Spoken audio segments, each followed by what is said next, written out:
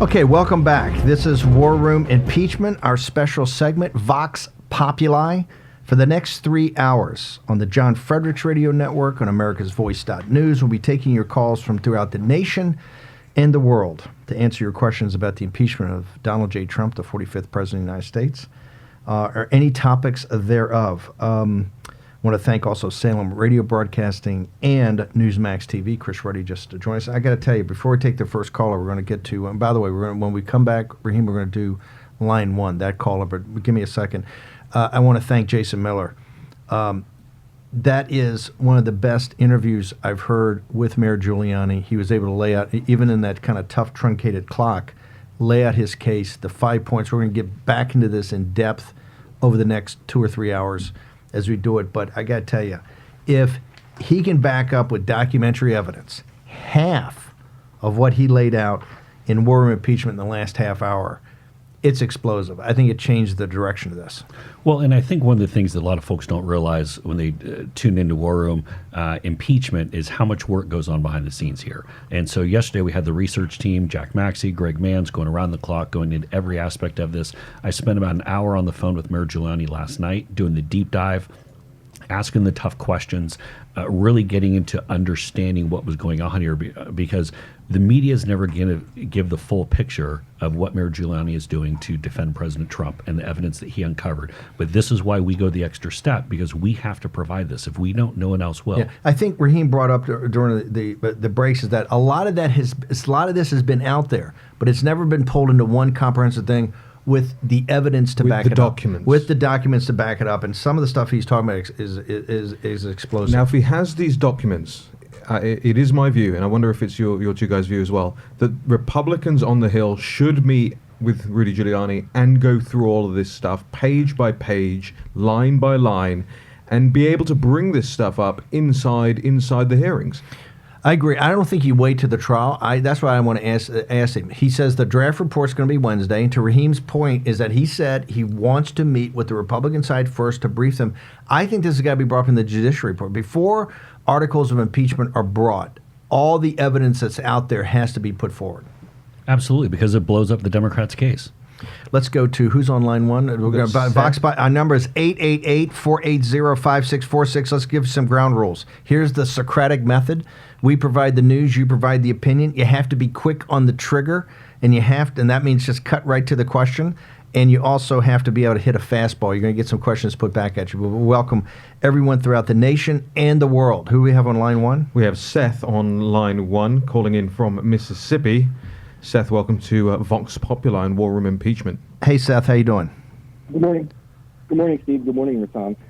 Question for you guys is this. Steve, I really enjoyed your appearance on Maria Bartiromo's show on Sunday, but I had to say that having seen Senator Graham first, I sort of hoped that you might have slapped him in the face and messed up his hair on your way walking in. I could not believe what he said, but I'm hoping... Hold on. Seth, slow down. What upset you about what Senator Graham said? Senator Graham is going to really be one of the key people when it goes to the trial in the Senate. What was it on Maria Bartiromo yesterday that upset you? So 3 simple points. Number 1, he's not going to summarily dismiss the case. Number 2, he's going to allow the Democrats to present their case and waste another week of our lives. And number 3, he's not going to require Adam Schiff to testify under oath. Doesn't dismiss the case is beyond unacceptable in my opinion.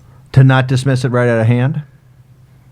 Either dismiss the case or require Schiff to testify under oath, because basically Schiff is the case. So if he's allowed to get away with not testifying under oath, with congressional immunity, what accountability does he have? Why do we have as the people, as the voters? Seth is from Mississippi. Seth, I want to ask you, why do you think it's so important that Schiff testify? He is a member of Congress, and what Graham was laying out, part of it, they want to keep the decorum and the split between the House and the Senate. What historic role does Schiff play that you, as an American citizen, want to see him testify under federal evidentiary rules and under oath? Well, that's the ultimate question, is where did the evidence come from? I certainly can't remember in my lifetime, I'm 50 years old, ever seeing a president impeached with anonymous and secret evidence. You always have the right to confront your accuser. So So certainly that's a problem. And Schiff has continued to put himself at the middle of this case throughout the entire period, the entire transition of the case. Can't testify when he went to Congress. Anyone who presents all the evidence should have to testify. And if Schiff doesn't want to put the whistleblower forward, he should have to testify himself. Plus, where did these phone records come from? How did all that happen? Okay, let me ask you one question before we let you go. Is also what Senator Graham said, I think one of the things I took away as the most important, and we actually talked afterwards after he came off the set, is that he believes there ought to be if it's not dismissed, it ought to be a quick trial, that a lot of like Biden, Hunter Biden, Senator Biden, others should not be called, should be a quick trial, voted on, and then leave. I think he said that, he doesn't want to get into a whole bunch of stuff of additional evidence. You ought to just deal with what you got and move on. Do you agree with that, or do you not agree with that?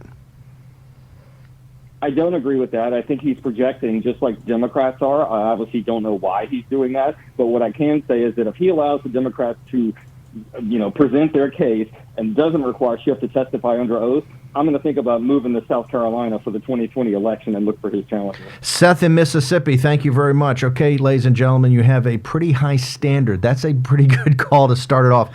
This is War Room, Vox Populi, 888-480-5646. We're taking calls throughout the nation. Jason, commentary. Yeah, I want to follow up on something Seth said that I think was really insightful, and we've moved away from a bit here, is that I fundamentally can't believe that President Trump really wants to have the Senate trial. That deep down inside... You don't think so? I don't think so. I think that there might be the political case that in order to have the softies go and vote to dismiss it or to ultimately clear President Trump, that we can't go and just outright dismiss it.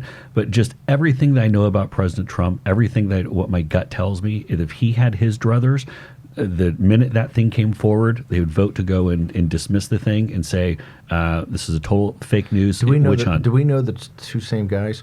You're just, hold it. If half of what Rudy said is true, are you telling me Donald J. Trump is not going to want Biden's and guys? He's been hammered for 2.5 years with free shots on goal. The reason we started this show is that it's so intense with Nancy Pelosi, and Ruddy picked it up, that she big-footed one of the best speeches he ever gave in front of the United Nations. He went to the UN and laid out the case for the Westphalian system and for nationalism, actually called it that. Their heads were blown up. She big-foots him. She gets 6-week free shots on goal. The polling starts to go against him because nobody's responding. Gates happens, Meadows, other things happen. We start the show. People now start going on offense. You see the polling's going the exact opposite direction. Now his lawyer comes back and says, these charges, your heads are blowing up to the fact of it was actual Ukraine corruption. Biden was in back of it, knew about it. You don't think that he's not going to want a full trial and a full vetting? I didn't say dismiss everything that Rudy's putting forward. I'm saying allowing Democrats to go and continue the nonsense attacks, to allow Adam Schiff to go up there and do this whole make for TV event where the fake news will be hammered. You don't think he'd want Schiff, to Seth's point, you don't think he'd want Schiff as a witness? Oh, I think that he loves the fact that it's moving the numbers. You're the master communication strategist. Right. I'm trying to play devil's advocate. I'm trying to understand. But here's what I'm saying. I'm not saying that we don't follow up everything that Mayor Giuliani was laying out. I mean, but that can be done in so many different ways. That can be done whether it be Senate oversight. That can be done with the Senate judiciary. Okay, I understand. That's what Lindsey Graham's saying. Oversight, judiciary, other things besides a trial. Right now, and Raheem, jump in here before we take another caller. All the callers we're going to get to, 888-480-5646, War Room Impeachment. It's Vox Populi, that's voice of the people in Latin. It's from ancient Rome. It's actually the Roman Republic, the Gracchus and all the populists that were, the big war between the populists and the elites in the Roman Republic. That's what this comes from. We want the voice of America, the voice of the people here today. 888-480-5646. If you can't get on, keep trying. If you get on, hold, and we'll get to you momentarily. Right now, Jason, and this is for the audience at home, they're playing, they got Burke up there, who's their hammer, right? He's even tougher than Goldman from the Democratic staff. He's the hostile witness guy. He's the guy they bring in to crack the hardest nuts, right? He's up there right now in front of the nation playing clips of President Trump from the campaign all the way forward. He's laying out the case with President Trump as a witness. You don't think that after President Trump takes this pounding from these guys week after week that he's going to want a trial to fire back? What I'm saying is that Senate Judiciary and Senate Foreign Relations should be having committee hearings right now, taking up the issues that Mayor Giuliani is laying out. Okay. And so then, look, if the worst case scenarios, we have split screen programming where Fox is covering one thing and then CNN, MSNBC are covering others, that's still a win for us. There's no reason we should have to wait for anything that Mayor Giuliani is coming forward with. The other thing, too, about the increasing engagement and intensity, remember, President Trump said 6 weeks ago, unity and substance, more granularity. Someone like Seth just said that if this doesn't go the right way, I'm going to leave Mississippi and move to South Carolina and vote in a Republican primary. Do you see now a building sense of the deplorables, a building sense of the cess of the world to really get engaged here and to have their voice heard? They're angry. They're upset. They can't understand why the U.S. government, and specifically the knuckleheads on Capitol Hill, continue to waste time and money on things like this when they should be passing USMCA. Raheem, who we got on deck here? We have Mark on line 3, who's in New York. Mark, welcome to Vox Populi. We've got Stephen K. Bannon, Jason Miller, Raheem Kassar. Mark, do we have you? Mark, do we have Mark? Remember, if you're online, be ready to get called and jump on. Mark in New York, are you on? Okay. Yeah, hi. So what you call the nullification project is more like a Democrat mafia or Bolshevik project. And I cite the gathering and publishing of the telephone called Metadata, which is really in the category of intimidating and discouraging people over the long term, saying if you get involved in public affairs, this is what we, the insiders, the club, the deep state, can and will do to you. Brilliant. So trying to explain a lot of these Democrat tactics rationally, you really have to look at them more as a mafia intimidation game. Mark, you mentioned something about the Bolsheviks. You just said the nullification project. I've talked about this now from the first day I left the White House. This is trying to nullify the voice of the people. It's trying to nullify the deplorables. It's trying to overturn a Democratic election in 2016. Why do you relate it to mafia techniques, and why do you relate it to Bolshevik techniques?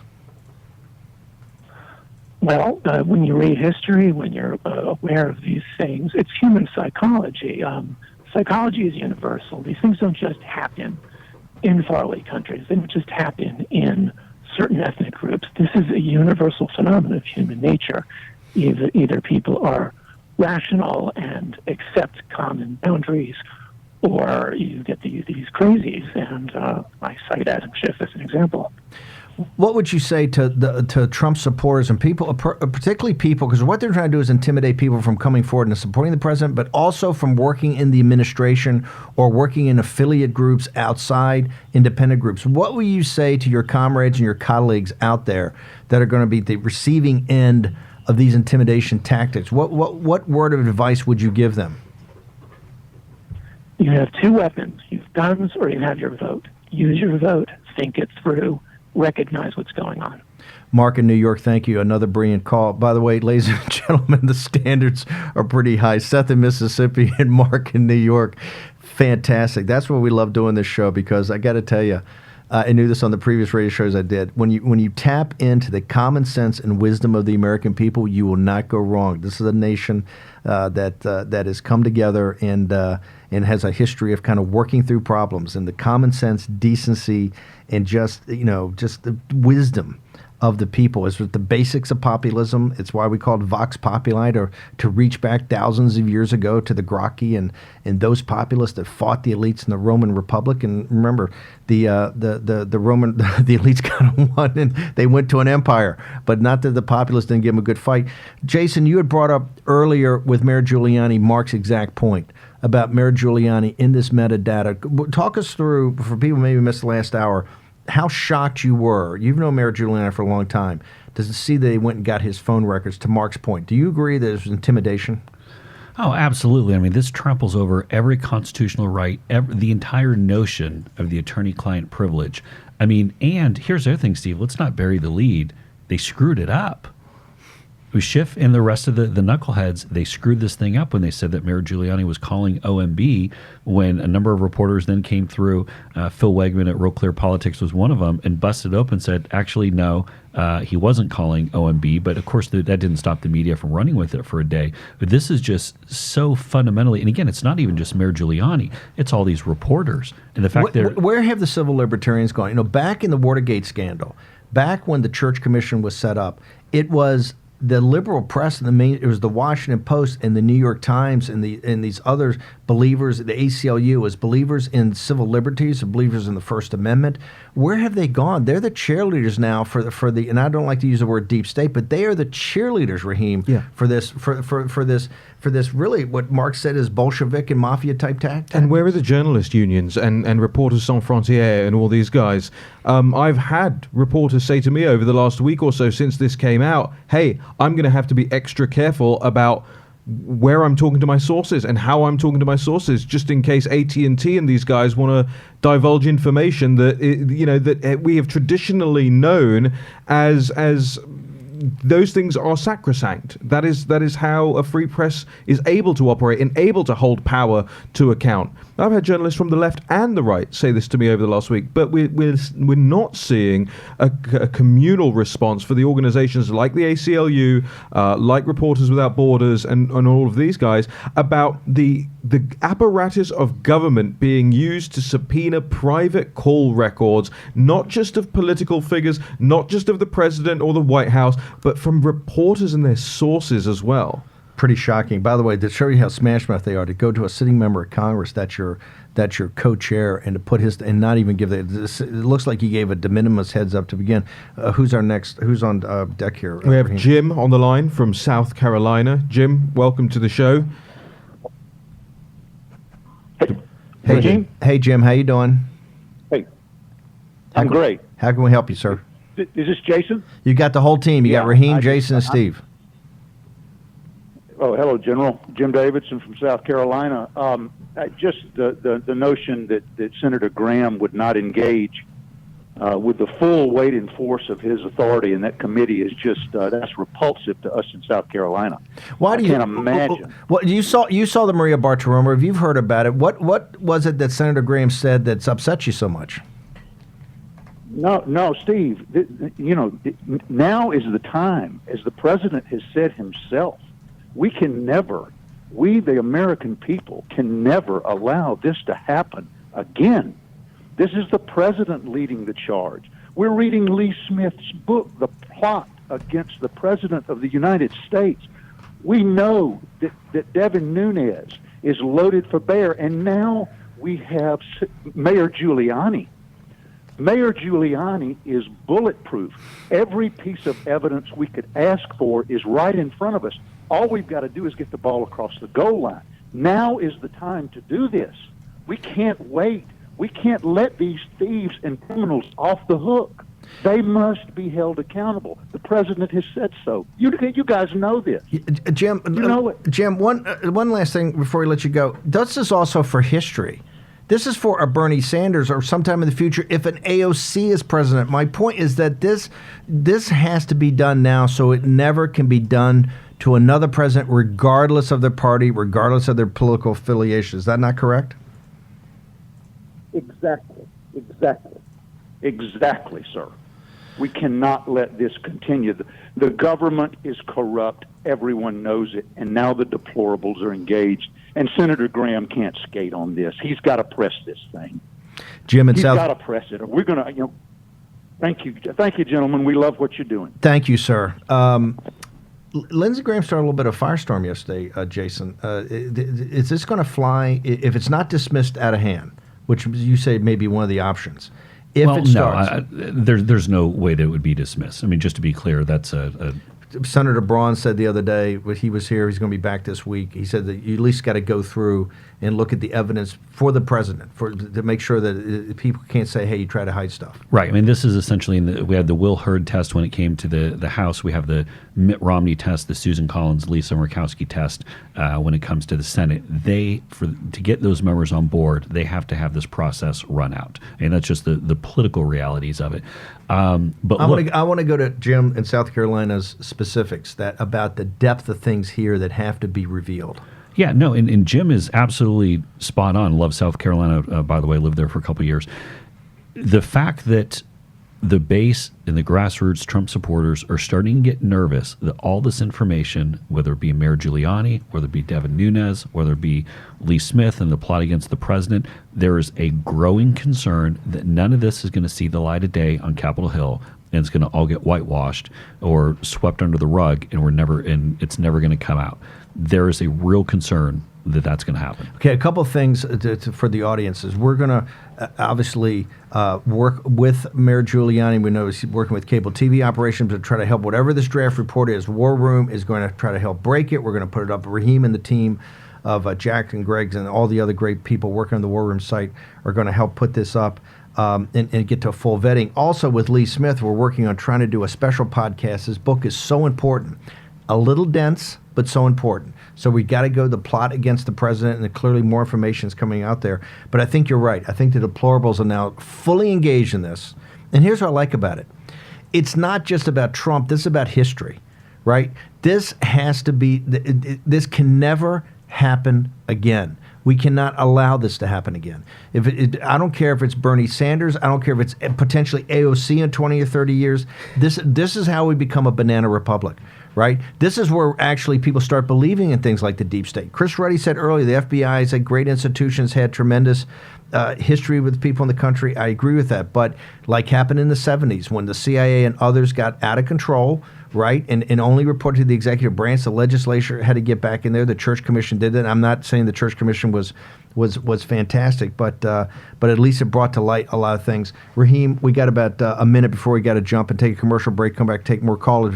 No more calls. What's your assessment of what's going on at Capitol Hill? You're watching this nonstop. Yep. Right So now. we've heard the opening gambits from the both sides now. Steve Castor, the counsel for the House Republicans, is up there right now laying out the case against impeachment. But so far, it looks like the Democrats are focusing on the president being out for himself and not out for Americans, directly attacking the America First agenda of this president. And I suppose we're going to be hearing more of that as the day goes on. Steve Castor up there right now. War Room Impeachment, Vox Populi for the next 3 hours. 888-480-5646. Short commercial break. Pay some bills. Be back with your calls in a moment.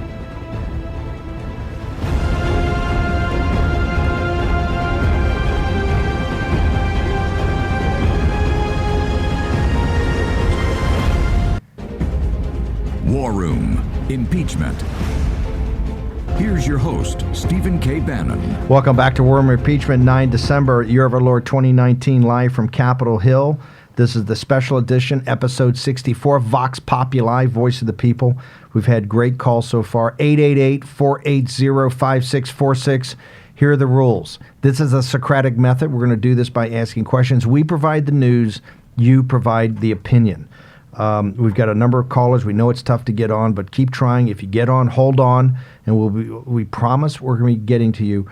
And with the investigations going on today, this live historic testimony about impeaching the President of the United States and the IG report, Raheem, another really historic, which will probably be remembered as much as everything else that goes on today. What else happened today? It's an extraordinary report coming out of the Washington Post by the name The Afghanistan Papers, A Secret History of the War. Now, obviously a strange day to drop this, considering we've got the hearings on the Hill and the IG report, as if people's heads aren't going to be blowing up enough with all this information. But this is a major trove of government documents obtained by the Washington Post, 2,000 pages, in fact, with with interviews from over 400 insiders offering unrestrained criticism, according to the Washington Post, of what went wrong in Afghanistan. I just want to give you a couple of choice quotes from this. There is so much to go through here. Ties directly into what this whole impeachment's about. Absolutely. We were devoid of a fundamental understanding of Afghanistan. We didn't know what we were doing. That's a quote quote from Douglas Lute, a 3-star Army general who served as the White House's Afghan war czar during the Bush and Obama administration. He told government interviewers in 2015, "What are we trying to do here? We didn't have the foggiest notion of what we were undertaking. If the American people knew the magnitude of this dysfunction, 2,400 lives lost, who will say this was in vain?" And it ties directly back to what we've been saying from day one on this show, Steve, that there is a foreign policy dispute at the core of all of this. People like this Afghan czar under the Bush and Obama administrations, like Marie Yovanovitch, like John McCain, these people had not the foggiest clue what they were doing, not just in Afghanistan, not just in Iraq, all over the world. There wasn't a comprehensive, coherent U.S. foreign policy, and what's happening right now on Capitol Hill is a cover-up of that failure. That's a pretty bold statement there, Mr. Raheem Kassam. Well, thank you. You think it is? You think it is a cover-up? I know it's a cover-up. Why you say that? Because I was in Kiev in 2013. I saw John McCain stand on that stage. The Maidan Revolution. Tell us about that. The Maidan Revolution, Maidan. the Maidan protests, the Revolution of Dignity, as they call it, underwritten by the European Union and the United States State Department, where you have John McCain, Lindsey Graham going over there, giving the happy talk, slapping backs with the counter-protesters against Poroshenko. Now, I'm in favor of Poroshenko, against Yanukovych. He was corrupt, wasn't he? Yanukovych was definitely a corrupt president. There's no doubting that. But to undertake a scheme of regime change, like we saw the schemes of regime change in the Middle East fail repeatedly, to undertake that and not know, and not even be able to forecast that this was going to lead to a war that has claimed 14,000 lives in Crimea, that was going to embolden Russia, that wasn't helping national security. That was harming national security. What have we heard from the past couple of weeks? We have to fight the Russians over there so we don't fight them over here.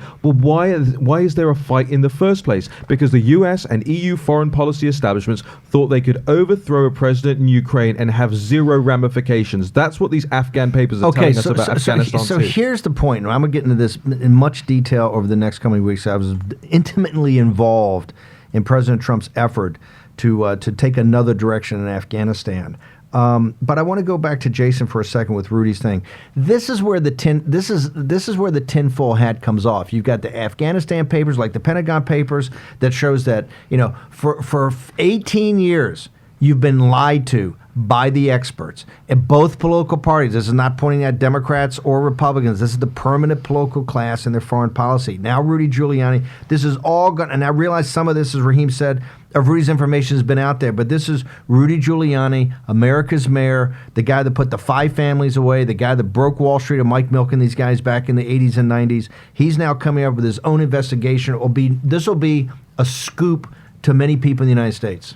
Absolutely. And again, this is the thing that we found is we get more and more details. It doesn't matter if it's the Steele dossier, which once this IG report comes out, we're going to find a lot more of the political motivations. Or, oh no, we can't question the authenticity to some of these administrative state or deep state folks. And then we find out, oh, actually they did lie to get FISA applications here. Oops. Whoops. Sorry about that. Well, we'll visit them in prison. But I think the other thing, Steve, a lot what you and Raheem were saying, this takes me back to the campaign when we'd get those letters from here are the 50 generals or here are the 100 foreign service experts saying that President the Wall Trump Street Journal ads. Yeah, he's not equipped. He doesn't have the character. He doesn't know what he's doing. And then we find out. So while all this is going on, he's terrible. Whoever the Democratic nominee is going to be great. We're seeing this blatant corruption behind the scenes, whether it be Hunter Biden or anyone else. That these guys are all double and triple dipping all the way across the board here. There's one other point, Steve, I want to make. I tuned in for a few minutes. I believe it was Saturday when Brett Baer from Fox News was interviewing Defense Secretary Esper out of the Reagan Foundation in California. And there was a comment about, I believe it's 12 or 13,000 troops that we have in Afghanistan right now, and Esper's desire to get folks out of there. Now, as part of the America First, I would, let's get them out of there. Let's bring them home. Let's... Oops. Right. That's kind of where I'm expecting the next sentence to go through. But what Esper says in a moment of honesty is, you know what? Actually, I want to take those 12 or 13,000 so then we can deploy them to other areas of the world. I'm like, whoa, I'm not sure you cleared that one by President Trump, because that goes again. Like, wait a minute, why have we already made the determination? It's close to my heart. If they're going near the South China Sea, I think it's a winner. Okay, Raheem, we're going to get that. Take some calls here. What do you got? Just 1 second. We want to apologize. There's so much information and so much news. We've got the hearings. We've got the IG report. We got the Afghanistan report. It's We're all coming to going your calls in just give me 15 seconds. So right now in the committee hearings in the Judiciary Committee, you've got CNN with the chyron at the bottom of the screen saying the Republicans are calling roll call votes to slow down proceedings. Actually, what's happening, if you want the unvarnished truth about this stuff, is Jerry Nadler appears not to know his own rules of his own committee, and he's being chopped up by Andy Biggs from the Republican side at the moment. He is being asked to enforce his own rules and then now voting on whether or not those rules apply. So Jerry Nadler again seems to be bungling this. Not a great pick for Pelosi to have. She really wishes Cummings or was still around, or somebody better was running Judiciary. It's beyond Nadler. Let's go to Marcia in Indiana. Marcia in Indiana, you're on War Room Vox Populi. How can we help you this morning, ma'am? Do we have Marcia in Indiana? I think we Marcia? Yes. Yes, there you are. Hey, how you doing? By the way, everybody's on the line. We realize it's taking a while, but you got to be on the trigger. How you doing, Marcia? I'm fine. I'm Marcia from Kokomo, Indiana. How you doing, ma'am? I'm fine. Am I on the air? Yeah, you're on. You're throughout the world right now. Okay, what I wanted to say, I think this is a very important point. This morning on Fox and Friends, I saw an interview with Terry Turchi, who is the former deputy director for counterterrorism in the FBI. Yes, ma'am. And he was being interviewed about the Pensacola shooting, but he changed the subject on Brian Kilmeade and went to the fact that this is corruption in the FBI, and he saw this entire change come under Mueller. So what is that? How does that? When he says corruption in the FBI, you're talking about the IG report that's going to come out today? Christopher Wray and Tom Fitton has talked about this, that the whole FBI has changed to protecting itself and going to great lengths, and that perhaps Christopher Wray aided Schiff in getting these phone calls. That is explosive. That is. It just went right by. Because I don't know if it's true, but I think you should get a hold of Turchi and interview him. I don't have any personal knowledge. I just have ears. Marcia, let me ask you before we let you go: is what do you think needs to be done? And to look into the FBI and look into the CIA and look into all these things that are going to come up with the IG report, now the Afghanistan papers, which it looks like they're also going to be explosive. As an American citizen in the heartland of this country, right now you're out throughout the world. What would you recommend that we have to do to get control of this? I think we have to have a special investigation of these two organizations.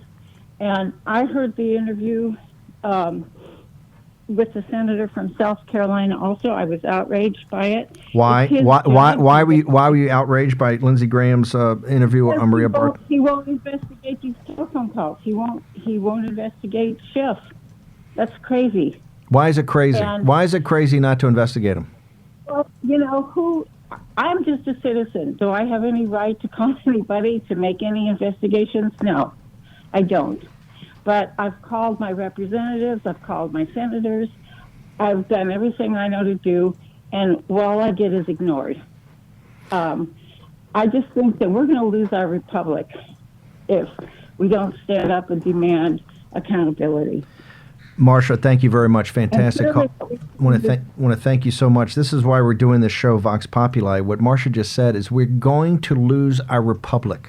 That's what happened. That's what happened in Rome. In ancient Rome, what happened is that when they lost a republic, it turned to an empire. And the reason it turned to an empire is that the populace eventually got crushed. And one of the reasons it got crushed was the corruption of an elite in Rome that forgot about the territories. Yes, sir. Bring it back to the Afghanistan papers. Another point of information that's coming out. Bob Crowley, an Army colonel who served as senior counterinsurgency advisor in 2013-14, said to these government interviewers that as the report's been now published by the Washington Post, leaked out, every data point was altered to present the best picture possible. Surveys were totally unreliable, but reinforced that everything we were doing was right, and we became a self-licking ice cream cone. This is basically about the U.S. public being sheltered away from what was really going on with their trillions of dollars. This is why McMaster's and I had fights every day. I will get into more on this in the days and weeks ahead, but this is the American people have to know this information.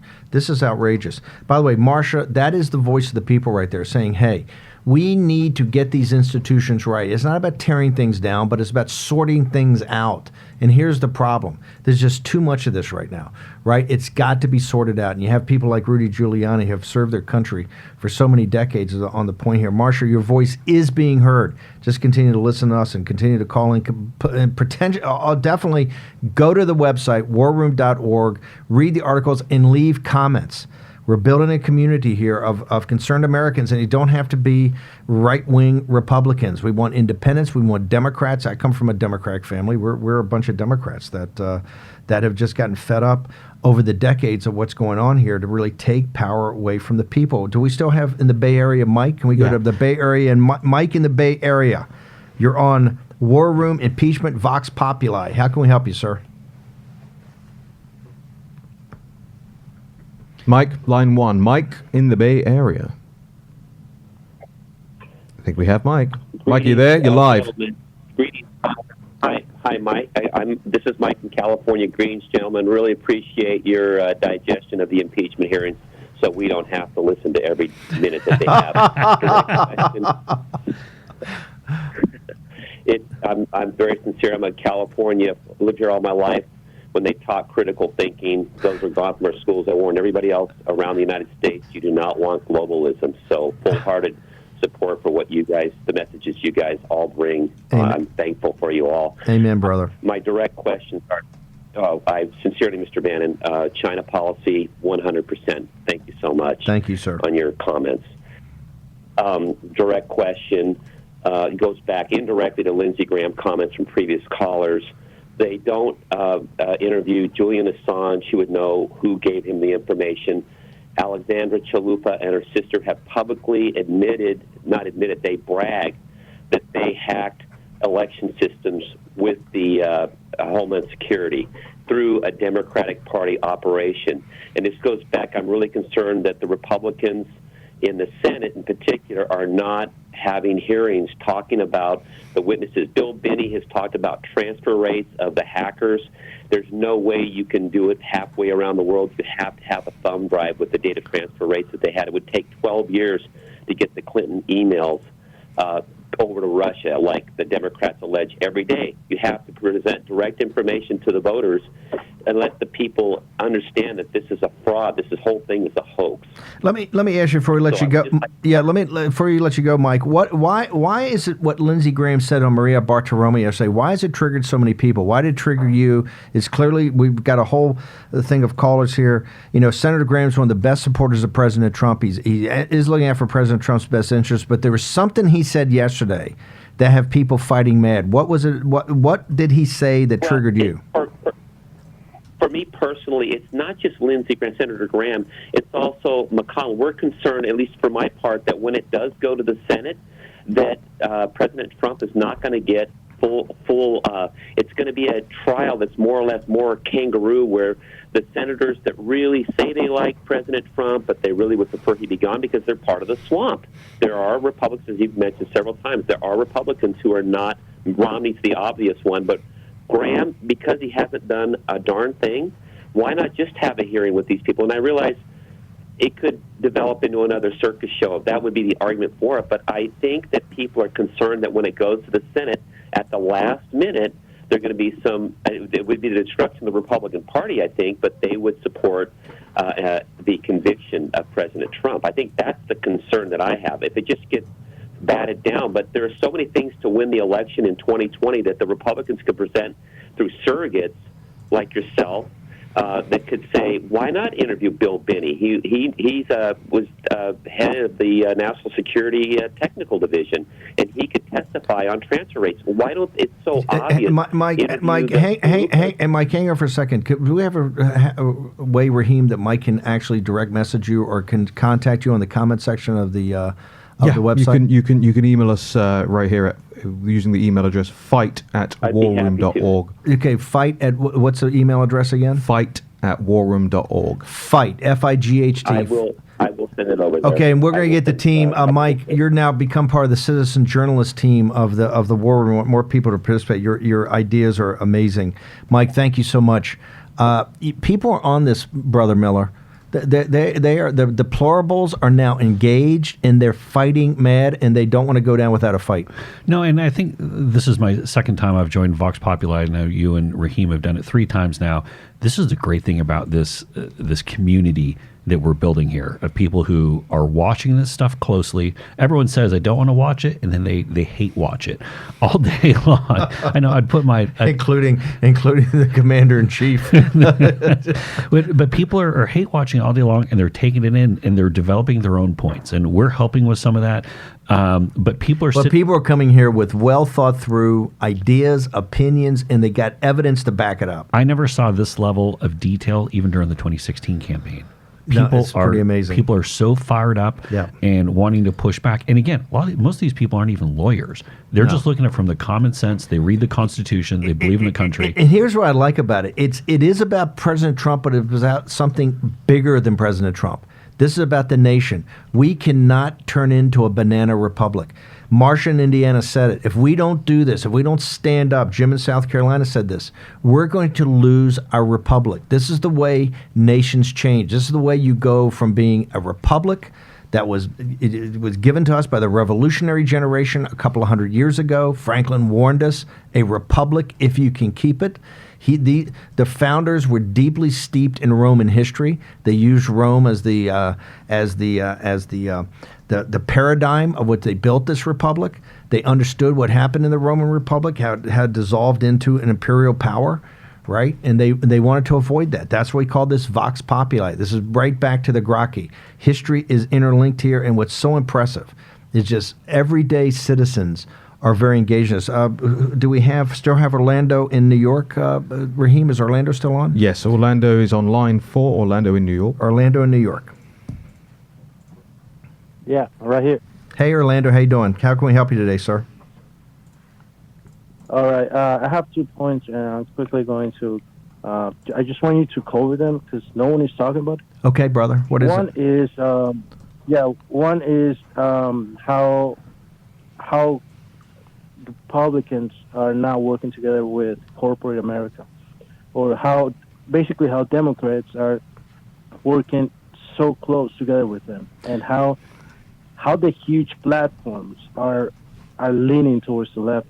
Basically, my point is the platforms are going to be a huge political weapon, or it is already. Okay, slow down. This is a brilliant point. Orlando, hang on. This is a brilliant point. I want to drill down on this for a second. In the couple of minutes we got left. That was only my first. Okay, hang on. But I want to go. We'll get to your second one in a second. But you're saying that corporate America is really become quite progressive and is hand in glove with the Democrats, particularly these big tech platforms, correct? Correct. And why does that scare you? The huge one, like Google and Facebook and Twitter, because they do things with algorithms. Sorry, I cannot pronounce. Yeah, algorithm. Yep. But so they can do that sneakily. You will not notice it. You just notice that the top pick on Google when you do a search is gonna be on the top, and you will believe that it's that's the truth. That's 100% correct because it's Google. We all use Google, and we all pick the first second or third on the list. Yeah. So it's something that it's on our mind. We pick it unconsciously, and someone who is now watching CNN, Fox, or whatever, they're gonna believe it. They're not gonna question Google because Google It's right now they're Hey, Orlando, Orlando, we got to go to a break, but can I ask you to hold because we want to drill down more on this, and we also want to get to your second point. So, can you hold for us? all right. Orlando and New York, we're in good shape, but it was a Pete Hegseth. To Orlando's point, Pete Hegseth yesterday tweeted just a proclamation, I believe, that the Pensacola shooter actually made, and he was dropped from Twitter for a while. Is that not the case, Brother Miller? I had not seen that point as far as him being dropped from Twitter. Yes, he definitely got dropped from Twitter. Okay, so what we're going to do... That is true. Okay, we're going to take a short commercial break at the top of the hour. We're going to come back. We got 2 hours ago on War Room Impeachment Vox Populi. Our number is 888-480-5646. We've got Orlando on the phone from New York. He's going to join us after the commercial break to finish up on his first point, which is quite brilliant. The corporations are now working with the Democratic Party. We have Raheem Kassam, Jason Miller, historic day. You have the live testimony on the Judiciary Committee. The IG report's going to break later, and the Afghanistan papers have come out. Warroom.org, you can go to. The President of the United States, I think it was 9 or 10 tweets in a row. He riffed on it yesterday.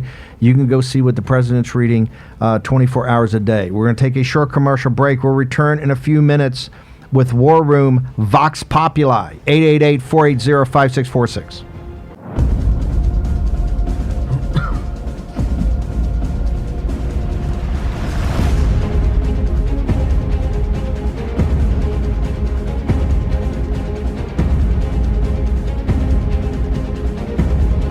War Room Impeachment with Stephen K. Bannon, Jason Miller, and Raheem Kassam.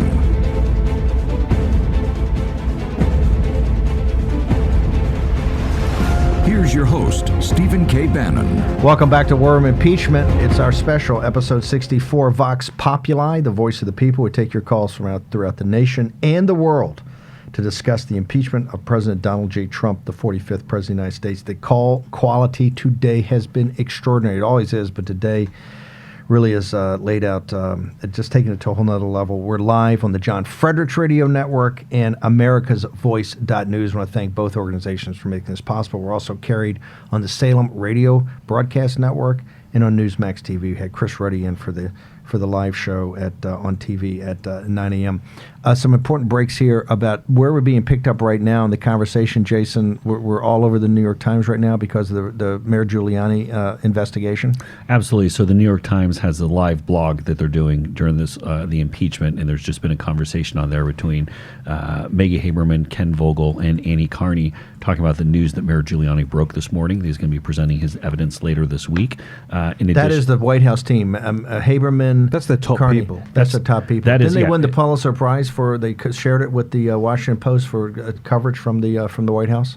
I believe so. Yeah. But these are, Raheem hit the nail on the head. I mean, these are the big dogs. And so they're pulling our tweets. They're talking about what we're doing. They're talking about the fact we had Mayor Giuliani here. And it's not just the New York Times. I mean, it's also The Hill has a big story on it that just posted as well. And so that was a brilliant write-up on The Hill, literally the interview that you did with Mayor Giuliani in the previous segment. Exactly. And so we're making some real news here, and this is good. This is the reason why we're doing this, because Mayor Giuliani is not going to get the same level of fair platform in other places that's going to get the attention of the national media. So this is a historic day. This is a historic day. We'll come to you, Raheem. This is a historic day. You've got this live testimony laying out the evidence for the for the articles of impeachment at the Judiciary Committee, where it's always held in these impeachment processes throughout history. Today, you've got the IG report that will come later. You've got the Rudy Giuliani investigation that's been teased, and you also have the Afghanistan papers that talks about the 18 years of lying to the American people. Raheem, can it get any more important day in American history? And I don't think it can get any more important in this whole in this contemporaneous view of everything that's going on, not just in the United States, but as it pertains to around the world at the moment. This goes from Ukraine to Afghanistan to everywhere. U.S. foreign policy, as we've known it for so very long now, is on open trial. That's what this Trump stuff has done. And I think that's, a lot of people will see that as a good thing. We can finally talk about these so-called experts who, in their own words, per the Afghanistan papers, were seeking to deceive the American public over foreign policy. Remember, what we've heard over the last 2 weeks, you can't dispute long-standing U.S. foreign policy objectives. That's what Fiona Hill goes up there to say. That's what George Kent goes up there to say. That's what Bill Taylor goes up there to say over and over again. CNN, the New York Times, if you're still listening, these guys have reinforced that narrative over and over again. Now we're finding out, thanks to this Washington Post expose, these 2,000 pages that are coming out today that we'll be going through here in the War Room, that actually long-standing U.S. policy has been an unmitigated disaster. And this is what we're trying to do, is get that information to the American people. What the first hour of this call-in of Vox Populi showed, that the American people are on it. This is average citizens. We don't curate this show. We put it up 888-480-5646 on the John Fredericks Radio Network and AmericasVoice.news. You get callers from all over the country and all over the world, and they're serious people that are taking this seriously. If you give me the choice to be governed but either the first 100 people that call into Vox Populi, or the top 100 partners at Goldman Sachs, or the top 100 partners at McKinsey, or Booz Allen, I will take the first 100 callers to Vox Populi. Common sense, decency, grit, determination, and understanding of how the world works. Let's go back to Orlando in New York. Orlando, we got to speed up a little bit because we got so. Your first point was amazing about corporatist takeover of kind of these huge platforms with the Democrats. What's your second point, sir? I forgot to mention that I made the first one because Google / YouTube actually blocked Trump's ads. The president's ads. That's crazy. And the second is there's a pattern with how we elect presidents, which is we just pick elites. We don't pick anyone who starts from the bottom up. We just pick people who were from the top and they went to Harvard and they make friends in Harvard and they make their little groups and they stay in those groups, and if someone gets corrupted, they corrupt the other one, and it's basically it's gonna keep continuing like that if we keep, So Orlando, before we jump, we gotta go to the other cause. Before we jump, tell me what your solution is, Orlando and New York. If you got a problem with the elites and this kind of bunching together in these Ivy League schools, what's your solution? Pick someone, a veteran who fought and actually bled, not just went and did nothing, and also someone who has a record of working for the regular people, someone who actually labored, and also went to Harvard. I'm not saying that. Thanks, brother. Orlando, thank you so much. Fantastic call. Very proud of all the callers today. Just been amazing. Let's go to where we're going to go to next. We're going to go to Gabriel. We're going to stay in New York. Is that what we're going to do, Raheem? That is correct. Gabriel in New York. We're going to stay in New York. And Gabriel, how can we help you, sir? Hey, Stephen, how are you? Just to tell you, thank you for putting this war room together. I think it's a wonderful thing that you guys are doing, and calling related to the impeachment hearing today and what's been going on. I just see this as a big shiny object that they're trying to put out there to cover all the other things that are going on. It's incredible that we had that jobs report yesterday. Barely anyone spoke about it. You guys did, and Maria did, Bartiromo. But that's gone by the wayside. We have the issue with Ukraine that no one is talking about. We have the IG report. This is completely going to overshadow that regarding the FISA. We have the issue with the Saudi with the killings and the arrests there. We have so much stuff going on. Let me go back to it because we've got tons of calls, but I want to press down on one point. This jobs report on Friday was blow away, not just about jobs, but about all the underlying things that Trump has done over the last 2.5 years. We were honored to have not just Tony Sayegh, who was the comms person at Treasury for the tax cut. We then had Peter Navarro with Jason Miller for an hour yesterday. Why do you think? And even on conservative sites, why is nobody all over the story? Because this is reality. This is not theater that you see in Capitol Hill. This is a reality of where the country's going. Why, sir, do you believe nobody's talking about it? Well, it's obvious because it's good news for Trump and the Trump agenda. And why talk about something that it's going to benefit the other side. It was a wonderful jobs report. Manufacturing, I think 50,000 jobs. Manufacturing, I know that some of the folks that were on strike came back, but overall 260,000 jobs. A revision as well, 40 or 50,000 from the previous month. So why do I think they're not talking about it, Steve? You know why they're not talking about it, because it's not convenient to talk about it. Just like anything else. Why aren't they talking about Ukraine and the Biden and the funneling of money through the State Department? Why aren't we talking about that? Because everything is being overshadowed by this impeachment hoax. Gabriel, thank you so much. Fantastic call. I want to thank you. By the way, see, here's what I love about the callers. He knew the details better than... He knew all the details. He knew all the details of the jobs report. Where are the guys on CNN with that? Gabriel's quoting me numbers, right? Quoting me numbers, talking about the 40,000 from the previous months that's the upgrade, get the 300,000. This is the American people. People in Washington have to get the joke. They're paying attention, right? They're paying attention. I mean, that is the kind of call that you live for, right? A guy that knows the numbers and the details better than all the talking heads on MSNBC and CNN. If we'd given him another 2 or 3 minutes, he probably would have gone into wage growth. He would have started going into the developments on USMCA and the opportunity cost by Nancy Pelosi shenanigans. So great job, Gabe. That was fantastic. Fabulous. Let's go. We have Dean in California. Is he still with us, Raheem? Dean's in California on line 2. Dean in California, you're on War Room Impeachment Vox Populi, 888-480-5646. Dean, how can we help you, sir? I have a suggestion. This is an idea that came to me, and I think the president could do something with it. Okay. Okay. So I don't know if you're familiar about the organ harvesting that's taking place in China. Very familiar. But the president the president can do something about that by adopting some rules regarding by donor documentation rules and import testing rules. They can be implemented here in the United States at both ends, and they can be proposed for the UN. Real quickly, Dean, we got so many calls I want to get to, but I want you to describe to the American people, and you have a worldwide audience right now.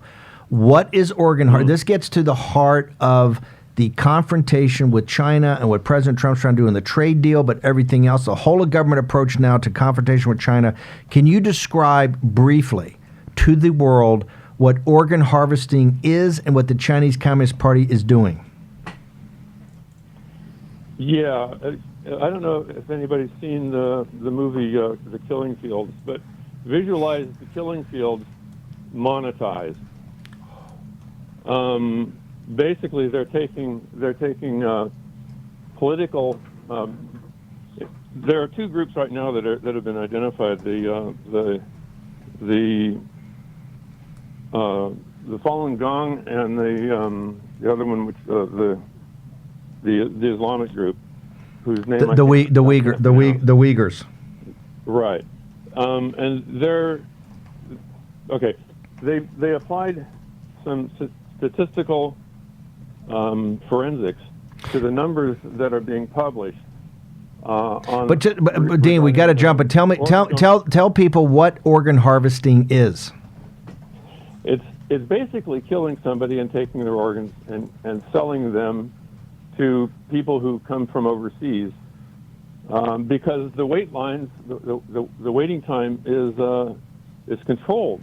And this is an active practice by the Chinese Communist Party on groups like the Falun Gong and the Uyghurs and others. Correct. And we can read Epoch Times. Epoch Times. If you want the data, go to Epoch Times. They've got the data. Okay, Dean, thank you very much. I appreciate it. By the way, Dean knows I'm a sucker for anything on China, but this is central to what President Trump's doing. This is real foreign policy. This is not the sideshow to the sideshow, which Ukraine is, which I've been saying for so long. What Dean's focused on, in being in California, is this confrontation with the Chinese Communist Party, which is the Fourth Reich. And what they do is they do live organ harvesting because they can get more money from groups like the Falun Gong, which is a Buddhist sect, a spiritual Buddhist sect, and the Uyghurs, which is obviously the people in the East Turkestan, which used to be called East Turkestan, which are the Muslim believers out there, and others. This is happening to house Christians. It's happening to people in the underground Catholic Church. This is the oppression of the CCP. Dean, want to thank you for a call. Who else? What's next, Raheem? We have on the line Shannon, who's in Texas. Shannon's on line 1. Shannon, welcome to the show. Hi. Hey, Shannon. Go ahead. Yes. Go right ahead. You're live. You're live throughout the world, Shannon. How you doing? Oh, I'm sorry. To me, the biggest sinners and the reason our country is in this mess is because of the journalists. They were given a role in the Constitution to be the policeman. And I wish that more people would push back when they're on CNN and all these places and say, your constitutional job is to be a policeman, and you have shirked your duty for decades.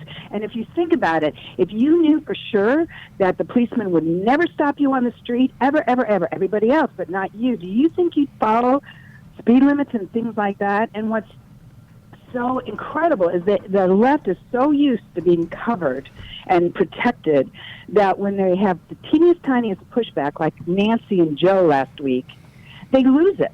They lose their tempers. Oh, you mean you mean with Joe Biden? He was waving his finger last night at the NPR reporter, right? As soon as they ask any tough question, Axios. At Axios. Well, he got upset at Mike Allen from Axios for asking such a basic question. So he's just been suns out, guns out. They're so softballed and coddled for decades. And so I think the journalists are the biggest sinners in all of this. They have given cover for decades. They gave Obama cover for decades. He never would have been elected. Shannon, let me ask you: How do you sort this out? If it's in the Constitution, you got the freedom of press. The press, broke Watergate and did all the things that unearthed some of the problems we had in the '60s, particularly with the intelligence apparatus. What is your recommendation? What's your recommendation that has to be done to get the policemen back on the beat? I think you need to start talking in these terms. I think instead of playing on their field, when you guys and others, are on CNN, CBS, all of that should say, shame on you. Not only is it fake news, that's too calm of a generalization. Not only do you put fake news out, you don't talk about what is so important in this country. You don't talk about the good stuff that's actually going on. You don't talk about China. You don't talk about organ harvesting, just like you had said. They don't talk about what's important in the world. I think the only way is to make it a McCarthy shame on you moment. And I don't think people are pushing back. They're playing in their field rather than saying, you are the policeman and you haven't done your job for decades. And that's why the country is in such a mess. That's why there's so much lawlessness on the left. Shannon in Texas, thank you very much. Honored. Great call. Another great call. The cop's not on the beat. Mr. Miller. Yeah, just a breaking news item. Reporter John Ward just tweeted out, I'm told by one source the House Judiciary will have their next hearing to debate and vote on articles of impeachment no later than this Thursday. Oh, my God. This is quick march. Yeah, this is everything today, exactly like we called it on this morning's show. It's meaningless. Everything today is just a complete circle, you know what. They're already drafted. They're ready to go. This is all for show. The Dems are intent on walking their vulnerable members just right off the plank. It makes perfect sense with what we're seeing in the committee hearings today. There's nothing new. They're going over, they're rehashing the same old arguments. Like you say, Jason, this is for show. This is to make it look like there's due process. There's no due process here. Pelosi's putting it on speed because she knows what Jerry Nadler's doing. He's bungling the process up there. Are they keeping it tight, or are they broadening out to the Mueller investigation? One of the things we talked about in the earlier show, they're going to keep it just to Ukraine and to this Ukraine situation. You think they're going to add in another account of obstruction regarding Mueller? So far, there hasn't been much mentioned of Mueller and Russia in today's hearings, but I do suspect it will come up. There is major consternation within the Democrat Party over this. A lot of the so-called moderates, a lot of the new people in those 31 districts that Trump lost, that Trump won in 2016, and the Republicans lost. The Dirty 30. The Dirty 30, indeed. They are saying, we don't want to go for Mueller. We don't want to put those things in here. But Pelosi is being pushed to expand this out. Are they doing it on Thursday, so then Friday they pass it to Nancy Pelosi in the House? She works over the weekend. Is the floor debate going to be insane? This means they want to vote by no later than probably Friday of the following week and then get out of town, right? Is that why they're moving this up a day on Thursday instead of doing it. I thought they would probably have a Saturday vote on judiciary. You think, and I still think it's open whether they can get done by that time. But do you think they're doing it on Thursday to quick march this thing and get it to the House earlier? I think they just look, could be as simple as there's no reason to fake around here. I mean, they have these things written; they're ready to go. They want to do it. This is a whole sham. You're it's saying a whole sham. They want to do it and then get out of town. You know, people want to go home and do Christmas shopping and things like that, and talk about their fake news impeachment witch hunt. But I do think that this will have the decks sufficiently cleared. They're also going to want to have then this next weekend have a full Friday, Saturday, Sunday, Sunday shows. Sunday shows be wall to wall. Yes, be wall to wall on this, and then they pop back up literally Monday of next week and start these official proceedings in the House. And this would be another historic week. These are 2 weeks you do not want to miss if you love your country and or interested in politics. This is War Room Impeachment. Vox Populi. Our number is 888-480-5646. The standard's pretty high for callers because they've been epic. One thing also, Steve, just going back to what we discussed over the weekend here, as we approach Christmas, as everyone's getting in the holidays, yes, I could see the Democrats going to running this all the way up to, as you predicted a long time ago, saying the 21st. I could also see them saying, you know what, the closer this gets to Christmas, the more gnarly it gets. People are trying to go out and do regular things in life. And they're just tired of it. And they're just tired of it. Like, what are these idiots on Capitol Hill doing? So I could also see, and they're also looking at the poll numbers that are bad, really bad, for these Democratic freshmen. You think if they get them on Thursday, she should try to have debate starting Monday and try to bring it to a vote by Wednesday or Thursday, try to get it out of town a couple of days early, not wait till Saturday the 21st? That's possible. There might be a procedural move or two that we're not aware of, or a particular hurdle, or maybe there's a viewing time that they have to put forward, or the hours that are allotted to each side and such. There might be a couple of those nuances that we'll learn about soon, but it's clear they're escalating the timetable. Raheem, who else? We got War Room Impeachment, Vox Populi, the voice of the people. Who do we have next? We have Sharon in Tampa, Florida on line 3. Sharon, welcome to the show. You're live with Stephen K. Bannon, Raheem Kassam, Jason Miller. Sharon? Hello. Hey, how you doing? How are you? Fine. So I'm on now? Yes, ma'am, throughout the whole world. Okay, well, thank you very much for what you do. I wanted to bring up one thing that I heard on your show this morning. There was a lovely woman that called in, and she said, but I'm just a citizen. Yep. But I'm just a citizen. Here's what I am. That was Marcia. That was Marcia in Indiana. What do you think about that, Sharon? Well, Marcia, let me tell you, that's everything. I'm an American patriot. We live in a constitutional republic, not the democracy that they're trying to push all the time. A constitutional republic. We the people. Trump says this all the time, giving power back to the people. Being a citizen is everything. It's everything. Now, this thing with the news, I don't get upset about all these people, because if you look at CNN, which I just watched a show about the 80s, when Turner brought out CNN, it was a powerhouse. It was a new idea. It was all this stuff. Look at them today. So you have to understand that people are going other places for information. So when Trump said in October, this is the calm before the storm, we are in the storm. Marcia, Sharon, real quickly, when you say being a citizen is everything, this is a constitutional republic. To your fellow citizens out there in the American Republic, what do you tell them they have to do to make sure that they take the republic back? You must do your research. You cannot live under a rock right now. And this is what they said. If you can keep it, our founders, if you can keep it. I think our country has been asleep. Now, I've been to D.C. I was there for the 9/12 March. I was in Congress. I went to my congressman. I fought against the Kill the Bill. I was there for everything. I've been on stage with Sean Hannity in Philadelphia. And here's my thing. I asked my son when he was a Marine under Obama, and I knew what was going on. And I said to him, why are you going? I couldn't say to him because he was leaving. And I said, why are you going? I mean, how do you feel about this? And he said, Mom, I'm going, because he knew how politically involved I was. He said, I'm going so that you have the freedom to speak. Sharon, we've got to jump, but I want you to hold. We want to get your number and get you on the and the email us. So you can please hold during the break. We're going to get to Sharon in Tampa. Sharon, thank you very much. Your son's a patriot. You're a patriot. Most importantly, American citizens. 888-480-5646. It's Vox Populi. We're going to take a short commercial break. We'll return on the John Fredericks Radio Network, America's Voice.News, Salem Broadcasting, and Newsmax TV.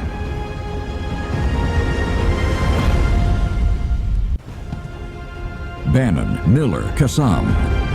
War Room, Impeachment. On the John Fredericks Radio Network. Welcome back to War Room Impeachment, live on Capitol Hill on a cold and rainy day, a historic day here in American history. The House Judiciary Committee is hearing evidence in the impeachment of the 45th President of the United States, Donald J. Trump. Also, the IG report will be later. And the Afghan papers have just been now published, or the beginning of the publication. Another controversy. Jason Miller.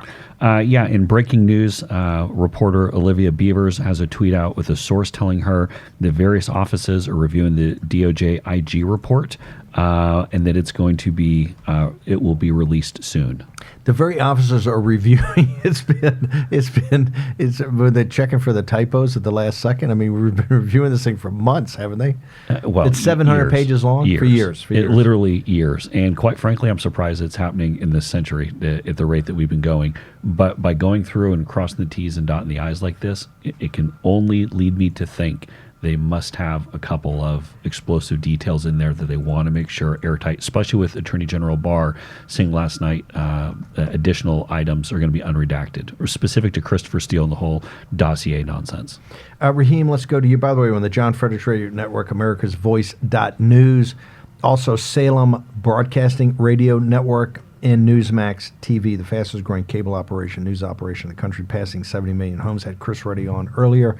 Raheem, talk to me about warroom.org. Also, have we passed we're close to passing the 500,000 mark on podcasts, on downloads? It's pretty amazing. And, I want to say a great big thank you for all of the people who are out there listening to this show and spreading this show on all the podcast networks, Stitcher, Spotify, SoundCloud, iTunes, Google Play. The more you guys download, subscribe for free, leave reviews, this show goes to more and more people as a result of you guys doing that. It rises up the charts on iTunes, so it can be a self-fulfilling prophecy in terms of getting this information out to the American people and beyond. So if you want to do one big action point today to help the president, to help us dissect this phony impeachment narrative. And to help narrative. the American people, whether they're independents, Democrats, Trump supporters, or Republicans, it's just to help the American people. You want to get the information out there, let them come to their own decision. We are fast approaching the 500,000 downloads mark, and we'll be popping a bottle of Perrier when we do that. Our number is 888-480-5646. Raheem, right before we take a caller, what's happening on Cap? Have they taken a break?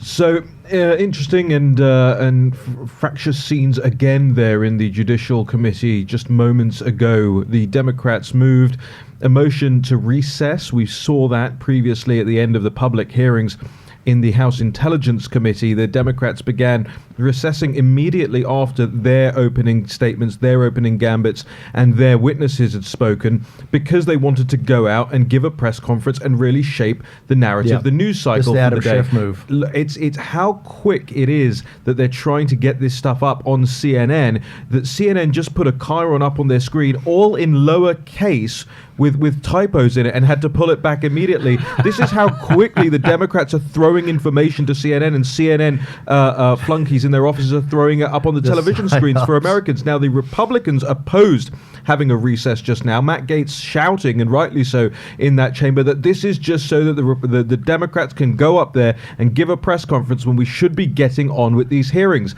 But unfortunately, the more Democrat votes in the committee meant that there were 24 ayes for a recess, 16 noes, and so we are now in a 15-minute recess. High drama in the House Judiciary Committee as they hear the evidence from the majority and also from the minority on the impeachment of Donald J. Trump, the 45th President of the United States. Matt Gaetz reminds me of a British parliamentarian, the way he's in there. It's amazing. That's why I think he's not just a firebrand, he's also a media information warfare strategist. And Steve, what do you think about him? You were saying something during the break about what do you think about Matt Gaetz joining the president's legal team? Well, I think Matt Gaetz, Lee Zeldin, I think these firebrands that did such a great job in the House, I think they ought to be considered, not to lead the team, but you certainly need, on a team like that, you need fire and ice.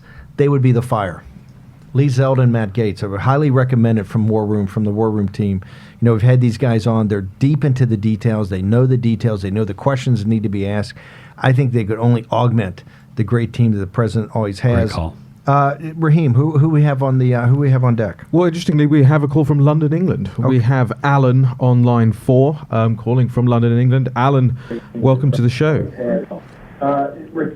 Hello. Hi, how you doing, sir? I'm very well. So I wanted to sort of tie a lot together. Give me just a slight second to do so. Sure. So everybody who's spoken today has spoken about, forgive me if I mix up my animal metaphors, we're all sort of like animals sensing an approaching storm, or the storm is actually upon us. Take your pick. And it's something that was described very well by a defecting KGB officer called Bezmenov. And I'd like to direct everybody to YouTube. There's a few, but the best one is Bezmenov's warning to America. And he's talking about what the Soviet Union put in place to flip countries. So they planted seeds a long time ago. What we might be experiencing is the zombie version of that, since the Soviet Union doesn't exist. But when we're talking about the Afghan report today, clearly the American people are being misled, massaged, lied to, however you want to describe it. You've talked about Vindman, for example, who you give a caveat to Steve Bannon saying he's a patriot, but what Bezmenov describes is a brainwashing whereby people are programmed to think and react to certain stimuli in a certain pattern. Those are his exact words. And when you have an education system that's been doing... He gave this talk in the 80s when Reagan was in office. And it helps me make sense of everything that's going on. He talks about ideological subversion and active measures, which are Soviet Union programs, infecting the church, academia, courts, media, civil service, government, so that you change the perception of the American population, so that despite the evidence before them, the abundance of information, nobody is able to come to sensible conclusions in the interest of defending themselves, their family, their community, or their country. So when you have people on campuses right now saying that freedom of speech doesn't apply to whole swathes of the population, that seems to me symptomatic of that phenomenon, for example. Alan, but let me ask you, and I had to get into Oxford to the Oxford debating site in an armored personnel carrier through the town because the snow. Oh yeah, when I went to landing under gunfire, almost under gunfire, right? And then the kids inside. It was great. The audience inside was fantastic. But the protesters inside Oxford around were a whole nother group of snowflakes. Alan, while we've got you, what do you think? We're going to get this. We're going to pull this and have Jack Maxey. You're just playing it. Jack Maxey just put his tinfoil hat on. I'm just kidding. No, he loves this. Alan, what is the solution? If this has been a psyops, if this has been something 30 or 40 years by the cultural Marxists, by the Marxists, to do this to the republics, to the free people in the United Kingdom, the United States, Canada, other places throughout the world, what is the solution?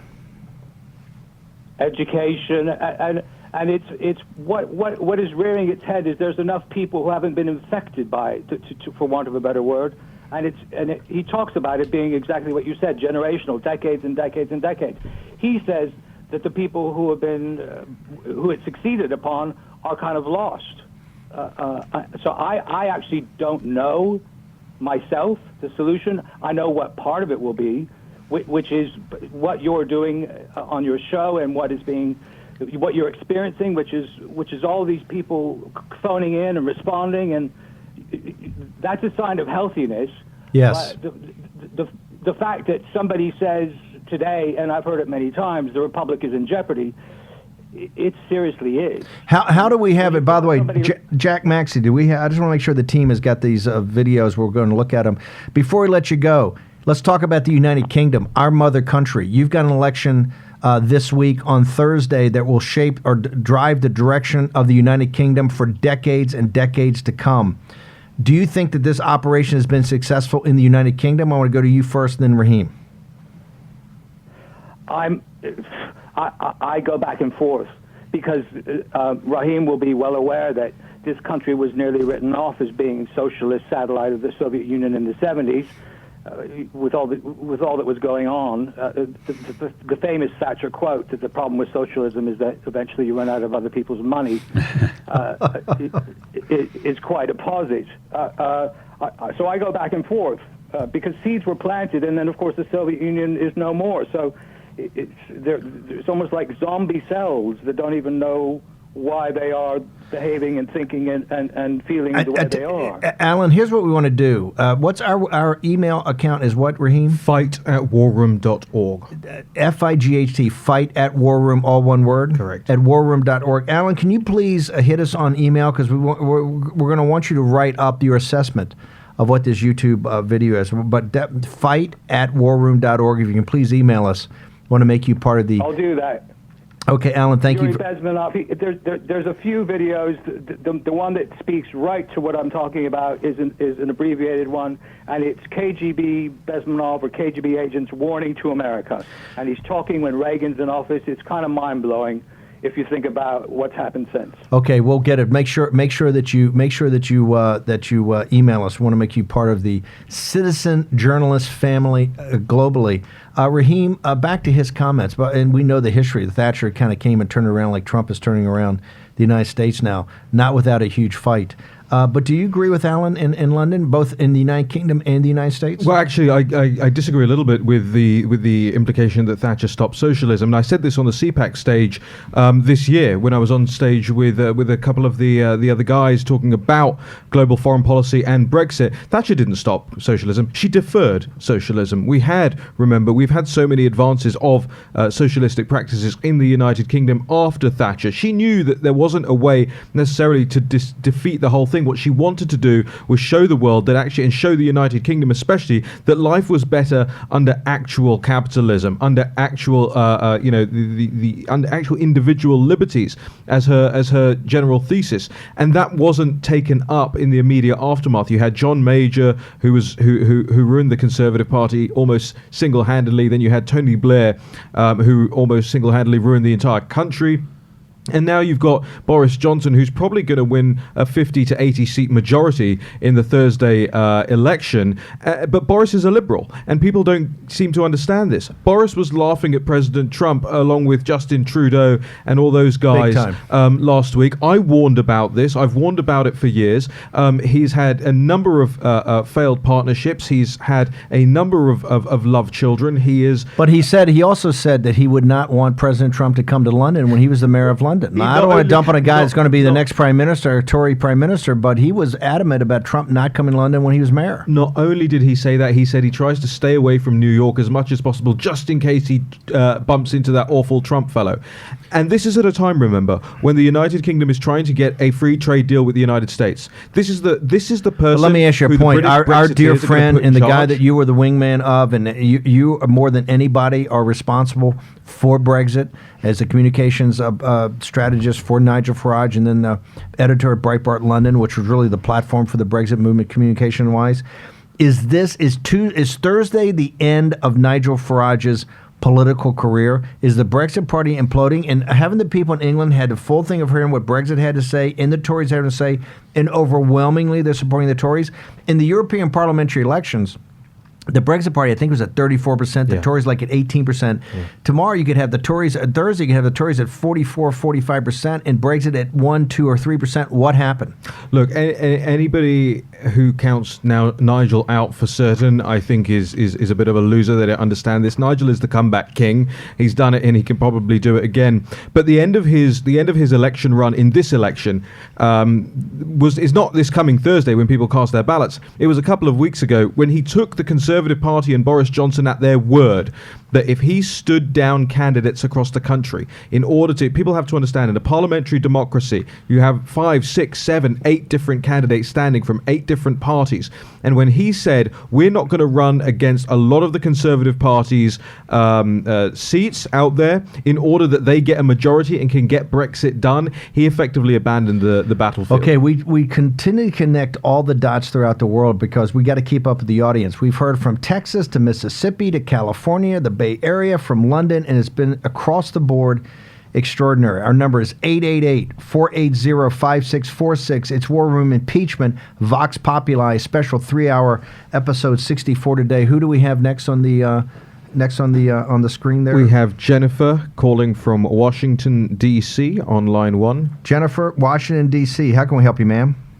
Hi, can you hear me okay? Yes, ma'am. Hear you fine. Okay, great. In December of 2012, Obama signed legislation which rescinded a previous ban on spreading propaganda in the United States. In other words, he made it legal to spread propaganda inside the United States. What did he sign? He rescinded. He repealed a bill. The bill repealed. a previous law which had made it illegal to spread propaganda in the United States. Do you remember which one this was? I'm missing that one. It was in December of 2012. The name of the bill is on my Twitter feed, and my Twitter app will not open. But I can look it up. Can you email it to us? But keep going. So you're saying, so what about? So Obama repealed some bill that you're going to tell us about. Why he was trying to help spread propaganda. You're not going to make that point, are you? Okay, all right, okay. Until Obama signed this bill, it had been illegal for the use of the spread of propaganda inside the United States. By repealing the bill, he did the reverse. He made it legal to spread propaganda. Okay, I tell you what. I'll explain this. Okay, Jennifer, thank you very much. And by the way, if you want to send us an email, it's fight@warroom.org, all one word. Jennifer, thank you so much. What was she talking about? She's talking about the Smith-Mundt Act, which was changed in 2013. Basically, what it did was it allowed Americans who wanted to access government-funded media content to get it easier. So the U.S. Agency for Global Media, the Voice of America, Radio Free Europe, Radio Liberty, those things which had been harder to access and harder to access information about. Even FOIA requests, for instance, were harder to get back then. And that's what the Smith-Mundt Act did. Well, so I don't understand.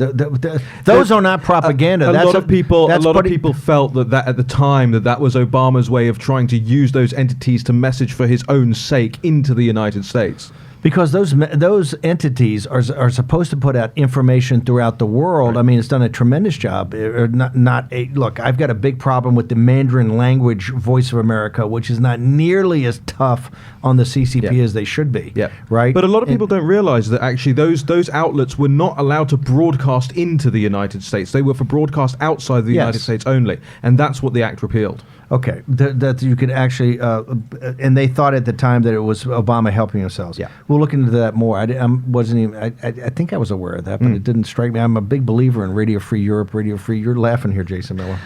It hadn't been on my radar screen previously. You're supposed to be a communication. Well, first off, they're huge tools outside, but this is not propaganda. It's basically talking about freedom, democracy. I mean, one of the big things in Hong Kong is every day I broadcast a couple of times a week, try to, with some of the dissident Chinese to try to get the word out there to the people of China and the people of Hong Kong. Well, I'm not inclined to agree with the more sort of conspiratorial tone of what... You don't think Jennifer had that, do you? I think she had a little bit of a conspiratorial tone. I think we were going there. But I actually agree with her on the substance of the point, which is, if you remember, it's not just those outfits. The BBC was known as a widespreading propaganda outfit during the wars, especially. And here's the thing. You look at things like the National Endowment for Democracy in this country, which has hundreds of millions of congressionally approved dollars that that they can use to spread what they think is, long established foreign policy objectives.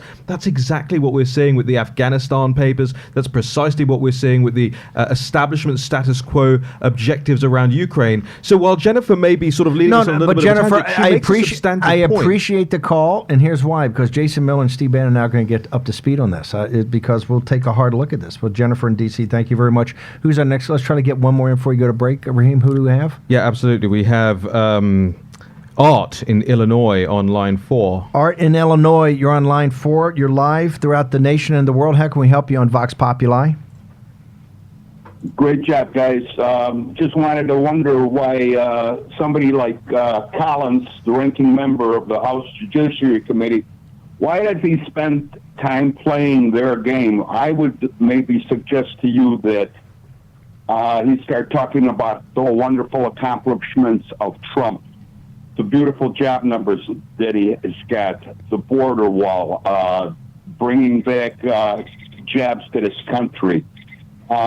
Everything that you and Navarro and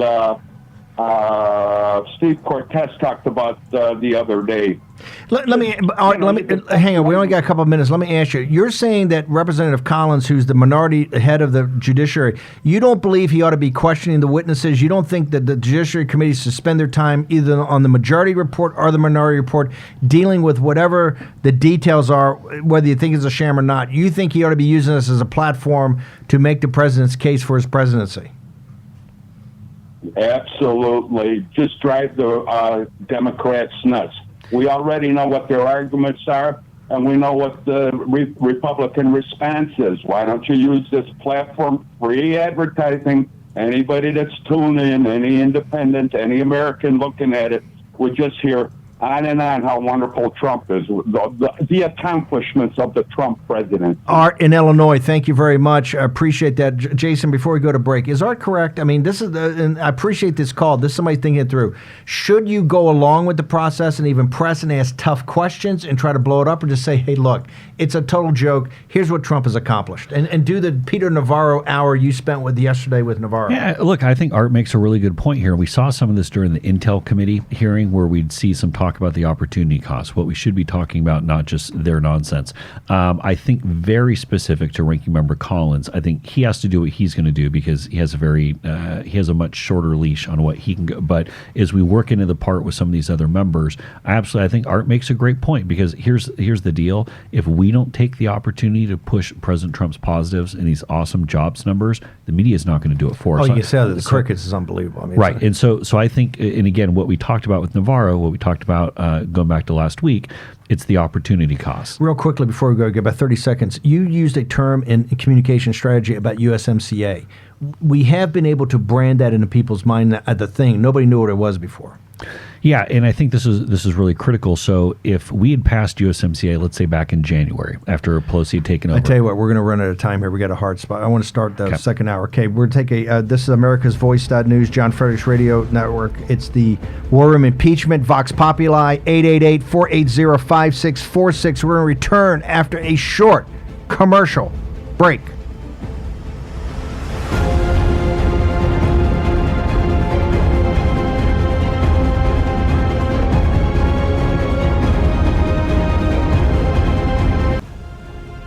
Bannon, Miller, Kassam. War Room Impeachment. On the John Fredericks Radio Network. Okay, welcome back to War Room Impeachment. It's the special Vox Populi with 3 hours a day. This is the last bonus hour on 9 December 2019, Year of Our Lord. It's a very special day here in Washington, D.C. We've got the live Judiciary Committee hearings that we're monitoring. Raheem Kassam's giving us updates as we go. We also have the IG report, which Jason Miller, my wingman, tells me that is going to be released, I guess, momentarily. Very soon, it sounds like. Very soon. And the Afghan papers, which is going to be as explosive as the Pentagon papers, the 2,400 heroes that died in Afghanistan, and the many more tens of thousands that have been injured. That's all coming out. You're listening to the John Fredericks Radio Network and America's Voice.News. Really thankful for both teams. Particularly Kyra, our producer. Kiara, our producer, is doing such an amazing job working the boards, back in the corporate home office in Richmond to make sure all the callers come through. The call has been extraordinary today. And Jason, I want to get back because I know you're under pressure to get to some other meetings. Want you to finish up from the last segment. Yeah, so the last call was going to, we're talking about some of the aspects of the economy and USMCA. And the thing that I want to get to here, and we had a long and having Collins not go along with the sham, but every time he should be up there talking about the president's on national TV. And I agreed with our last caller who said that we should be using this to push more President Trump's positives. Absolutely. And Art, that's a really good point. Sometimes the so-called experts overlook a lot of basic things, and that's why you're a very smart war room impeachment listener. But I want to take something that I said on the show yesterday when we had Peter Navarro on. And I made the case that Nancy Pelosi delaying the USMCA vote, which she could have done in January, easy. She could easily have said, hey, Trumka, rest of the union folks, quit screwing around. We're going to vote tomorrow. And guess what? They would have. They would have gotten this You're done. talking about last January. I'm talking about earlier this year. Earlier this year, that's what I mean. Right, because when she first got it right. When she first took over the control of the speakership. But what Nancy Pelosi did here, and I think this will go down as the fundamental biggest mistake that Nancy Pelosi will have made in her entire speakership. Because when I say that, those are variables she can control. She was never going to be able to stop her caucus from moving toward impeachment. She was obviously back in her first go-around as speaker. Not that she even wanted to stop it, but was never going to slow down the train on Obamacare for getting that through. But the fundamental mistake that Pelosi made, if she had, back in January, nobody really knew what USMCA was. But now she has turned it into the poster child for opportunity cost for things Americans are missing out on because we're doing the impeachment witch hunt. And so not only that, but by Pelosi, by delaying it, is now going to kick this into essentially going to make it a 2020 issue where it's fresh in voters' minds. People are doing it. We have now had the opportunity to bring up USMCA every single day for going on almost a year now. Pelosi could have nipped this in the bud, passed it. President wouldn't have had anywhere near a big 2020 win. And if you said right now, when you take off USMCA and you're going to the opportunity cost, then it gets a little bit more challenging on which things we could really be doing. There's drug pricing reform, which is great. I think for too long people have thought that was pie in the sky, but it looks like we could really do it now. But USMCA has literally become the cause celeb. It's become the poster child of all the opportunity costs Americans are missing out on. And and this thing's been branded now, so it's in people's mind. The 1% to GDP, the 150,000 jobs minimum. It could be hundreds of thousands of jobs. That's now. And really, to Art's point, that's been kind of emblazoned in people's minds. Yes, and not only that, it's going to be such a big, fat, sweet win for President Trump supporters when that passes. Much bigger. I mean, it is now a rallying cry for Trump supporters to get USMCA done, whereas it wasn't back in January. And this is a strategic mistake by Pelosi to go and stretch this out and make it such a big Before we take another accomplishment. call, I know you got a bolt, but why has there been crickets on this massive jobs report? I mean, it really has been, and I haven't seen the press, the push for the media to actually force to cover it. Of all the convergence of everything Trump has done, that's been epitomized by this jobs number. Because they don't know how to shoot it down. And here's what I mean. The closest thing that we saw to it was CNN over the weekend. And again, it wasn't CNN, wasn't the only person making this claim, but saying, well, if you look at certain swing states, maybe the numbers haven't gone up as much. That's if you're explaining pretty thin read. Yeah, if you're explaining like that, you're losing. But they don't know how they're going to shoot it down. I mean, the other thing I saw, Chris. So they rather just not address it. Right. Chris Lizza from CNN said, if only Trump has a clear path to a second term, if only he would talk about the economy every day, which again was the most just insane thing that I've ever heard. But the fact of the matter is they don't know how to undercut this. There's even a story out, Steve, this morning saying that any talk of a possible recession in the U.S. is now maybe a 2021 issue. It's not even being discussed as a possible 2020 issue. Joe Biden inherited, right? That's right. his big concern. But put your mind in or put yourselves in the minds of the Democratic 2020 candidates right now. If you're Elizabeth Warren, other than going out there and say, you know what, socialize everything, give away free things to everybody. Yeah, $3 trillion in new taxes. Right. That's my platform. If you're Joe Biden, if you're Mayor Pete, someone who... If you're Bloomberg, professes to be a smart, business-oriented, economic growth type person, except a little bit kind of a funky way, but the fundamentals of capitalism still run through your veins. They really do for Joe, because we've seen it with Hunter. But if you are basically just a moderate or slightly liberal Democrat, how do you undercut these jobs numbers? How do you undercut the wage growth? how can you not point to the Obama administration and say, actually, we were doing it better then, because they weren't? No, the greatest transfer of wealth in the nation's history is during the progressive reign of President Obama and Joe Biden. I want to thank you. If you got a bolt, you got a bolt. Raheem, let's go to the call board. Who do we got? We have Mike in Mississippi on line 1. Mike in Mississippi, how can we help you, sir? Hello? Hey, how you doing, Mike? You're now live throughout the world. How can we help you? You got Raheem and Steve. Okay, Steve. I didn't realize I was talking to you. Good afternoon, Mr. Bannon. You've been going on a few shows talking about Hillary's interview on Howard Stern, and you say that it makes you certain she's going to jump into this race. What did you see? Because what I saw from it was an egomaniac, literally obsessed with herself. And now looking at these job numbers, and from what you guys have been saying today, the poll numbers in the swing states, is she going to put herself through another election night where she has such a manic depressed breakdown that she can't even go out and concede? Is she going to put herself through that again? So that's what you saw from that interview? Okay, let me ask you. Tell me what you saw. Let me go ask you a question. Why did you, when you watched that, why do you call her an egomaniac when you listen to the Howard Stern? What was the specific things you saw that made you say she's an egomaniac? My favorite quote from her was, "I am such a hard worker." Wow.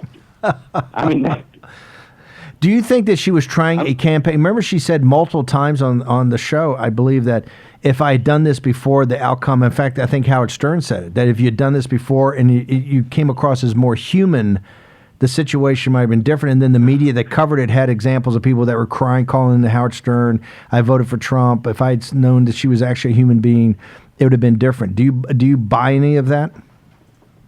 No. I mean, the whole first hour of that interview, it's the complete opposite of a human. I mean, what a robot, and what a crook. What a crook. Just anybody who knows like anything about how a bribe works, you know that person has just been doing that for the last, 30 years now. All she's been doing is taking bribes. Don't you think? But didn't you answer the question when you said she's an egomaniac? Do you believe that she can sit there, Mike, and watch now Michael Bloomberg come in? Because she doesn't think much of the current crop that's out there. She doesn't. She thinks she can bench press Elizabeth Warren. She doesn't think very high. She thinks Bernie's a socialist. She thinks Mayor Pete is a nice guy and a junior consultant from McKinsey. He's a nice guy. A guy looks like he's getting ready to make his first communion. She has no respect for anybody who's up there on the stage.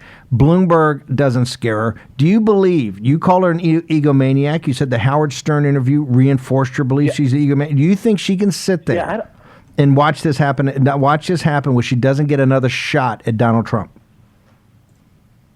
See, I could see her winning the primary, but I also could see her a lot of doubt because Biden and Bloomberg are her, that the same boxes are checked off, except for, Bloomberg's got a few extra ones, especially being with New York and all, and some other things that I probably shouldn't say on the radio, but I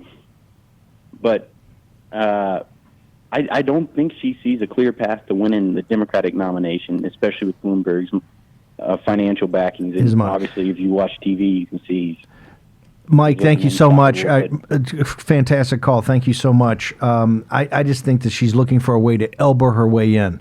I don't think she can tolerate. They don't consider Michael Bloomberg a Democrat. They consider Michael Bloomberg a liberal or moderate Republican. He's never run for office as a Democrat. He's won twice as a Republican, once as an independent, and then became a Democrat after the election of Donald J. Trump. Our number is 888-480-5646. I happen to think Hillary wants a rematch, too, which would be like Ali Frazier. Who was it that said, was it this morning, somebody said that she's the demon in your dreams or something? Oh, no. So Senator Bob Kerry's on Maria and said, we got to get Bannon a nightlight so that Hillary Clinton doesn't stalk him in his dreams. I thought it was a pretty good comment. Vox Populi, 888-480-5646. The wonderful production team down at John Fredericks Radio Network tell me go slower on the number. It is 888-480-5646. For who do we got on deck? We have Brittany in Miami, who's on line 2. Brittany in Miami. How can we help you, ma'am? Hello, Brittany? Yes, Hey, can you cut the radio off in the background so we can hear you? correct. Okay, you're now live throughout the world. What do you got for us? Hi, how are you all? Great that you guys are on the air everywhere. Very important. Just want to point out a couple of observations. Okay. Building on Marsha and Sharon on the fact that we're citizens of this republic. We are the ones that found this republic. So I think we have great power in that, and we should start really pressing legislators. Why do you and so think? forth. Why do you? But hang on, Brittany. Why do you think the citizens have great power? Do you see it anywhere today? Well, I see a swamp that has actually undercut, basic governance issue. So we have not only a Washington swamp, but we have state, local governments. I mean, it's just massive corruption everywhere because people are busy working and getting on with their lives, and we don't have enough time to be, on top of, we're not watchdogs. We're funding administrations so they do the jobs that we have no time to do. Otherwise, they wouldn't be there. So, governments exist because we, the citizens, have no time. We're working, and we have no time to take care of things for the common good, building bridges and doing roads and so forth. So, but what are they doing for us? So this is the main ingredient that American citizens, Brittany, let me ask you, what should you've got Marsha in Indiana, you had I think Shannon in Texas. What would you tell your federal? If you've got the whole world listening, particularly the nation, what would you recommend to your fellow citizens, particularly people inspired your call? What do you have to do to get control of your country back? Well, I think that, as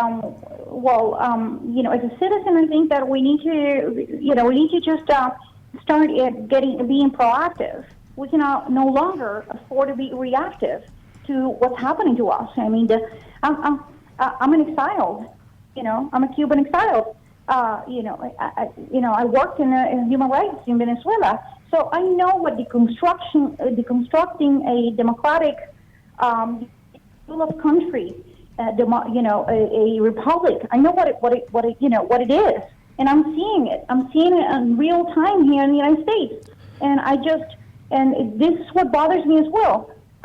This is not a one-party doing thing. This is also the fact that the Republican Party is where are they? Are they missing in action? What's going on here? Do you think that you think the establishment Republicans are not fighting hard enough on this topic?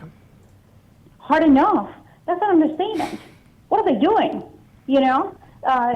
Senator Graham, that's a joke, saying that he's not going to be, listen, we elected in 2016, we voted the entire Republican ticket. We didn't like a lot of them, but we voted them in to clean and drain the freaking swamp. What have they done for 2 years? They undercut the president's agenda, from Paul Ryan to everybody else, just little finicky and feckless, worried about his style and this and that, and he's a cheater and this and that. Listen, we're not married to the president. We elected an imperfect person that everybody knew for 28 years.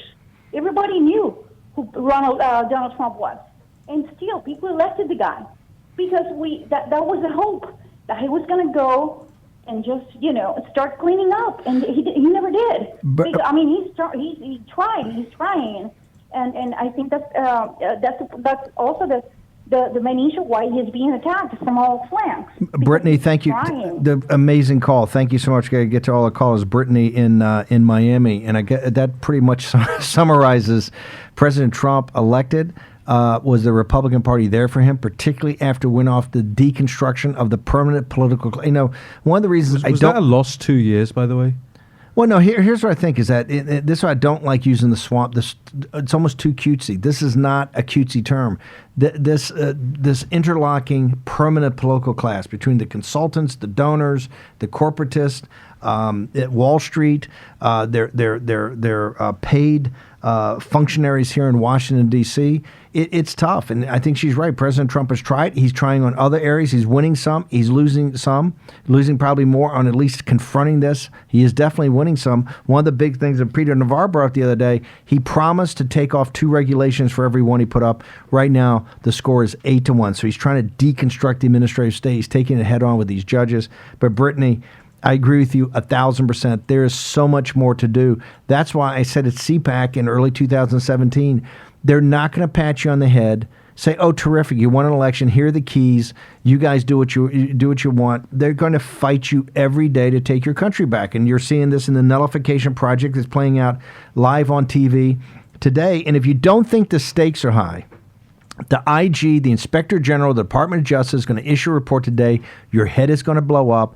In addition, the Afghan papers, which are like the Pentagon papers, they'll show you this 18-year fiasco we've had going on in Afghanistan that's cost us $2 trillion. Now, how do you think the United States would be if we had taken an additional $2 trillion and spent it in places like St. Louis, in Detroit, in Baltimore, and in Texas, and New Mexico, and California? If we'd spread $2 trillion back into the United States over the last 18 years, where would the country be besides basically squandering it and 2,400 of our finest in that great generation that my daughter's in, those patriots that went to Afghanistan to defend their country, lost their lives, plus the tens of thousands that have been injured? It's all going to be in the Afghan report today, the Afghan papers, and this is from people who ran the war. This is not like some group of left-wing nuts who are sitting there trying to dump on the United States. These are essentially the patriots that ran the war, and it's going to be fully exposed, and I think it's going to be shocking to the American people. Who do we have next, Raheem? Let's try to get through some calls here before we got to go. We've actually been talking a lot more today than we normally do. So much to go through. Let's go to Kent in Indiana, who's on line 3. Kent in Indiana, you're on Vox Populi, 888-480-5646. How can we help you, brother? Yeah, I was calling in because, I was thinking as a former member of the newspaper industry, I'm thinking that the fourth estate is just basically gone, and it's now become a propaganda arm of the Democrat Party. And until that is corrected, I don't think the trail of corruption that we're seeing now is ever going to get fixed. Was it ever really different? Kent, when you were part of the Fourth Estate, when you were a newspaper man, was it any different back then? Absolutely, because that was back in the day. In my day, there were roughly 1,800 independently owned newspapers in the country, and they had several organizations that were kind of self-policing. The American Newspaper Publishers Association, the Association of Newspaper Editors, and so on. And, and the AP, for that matter, was member-controlled and policed. And so we had independent voices all over the place. And that began to change in the late 70s and in the 80s, where mass consolidation occurred.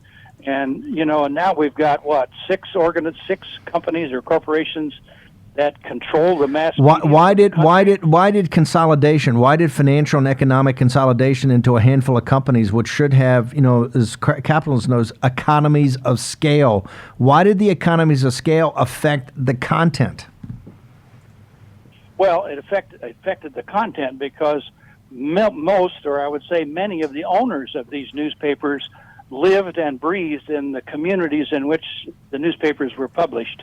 And they listened to the people of the community. And the other thing was that they made a very strong effort at keeping opinion on the opinion page or the editorial page and objective news on the rest of the pages. That wall has broken down. It's gone. And so you don't know what's truth and what's fiction anymore. Even back in my day, though, I must say that the reporters tended to be of the liberal side, while the editors and the owners tended to be of a conservative side. So there was kind of a balance in there that took place. And the editors, again, made a point to separate opinion from objective Look, I news. started as a kid. I think it was 8 or 9, 10 years old. I think it was 9 years old. Started as a paper boy for the Richmond papers, the Times-Dispatch and the News Leader. What is the country going to lose when they start losing these print editions of these papers? Well, I think the print editions, migration toward the electronic media and everybody looking to the electronic stuff for their national and international news, the daily newspapers can only take care of stuff in the local market. But, as far as I'm concerned, now we've got with Google and Facebook and Twitter and Instagram and all that, we've got those things acting as both publications and common carriers. And again, back in my day, for example, my father and a couple of others started a radio station in the same community. We served then about 100,000 people. Started a newspaper in that community, and the FCC came in and required divestiture of my father from ownership in that electronic media, because their position then was that the same individuals could not own two dominant media in the same market. Now, I don't know when that changed, but it sure as heck did. Kent, I want to thank you so much. A fantastic call. Kent in Indiana, talking about the lack of policing of a fair and free press. Raheem, I want to go warroom.org. You can get all the latest updates. Kent, thank you very much. Fantastic call. Warroom.org, we can get all the updates. Leave comments in the comments section. Throw these stories up on Facebook, on Twitter, wherever you're active on social media. Email them to your friends and family. The podcast is going wild. We need more subscribers, more people to hear the truth about what's going on Capitol Hill, how it affects your lives, the opportunity cost of Nancy Pelosi and her Democrats pushing back USMCA for a partisan impeachment process. Okay, War Room Impeachment, Vox Populi, our special. We hear the voice of the people. 888-480-5646. We will return after a short commercial break.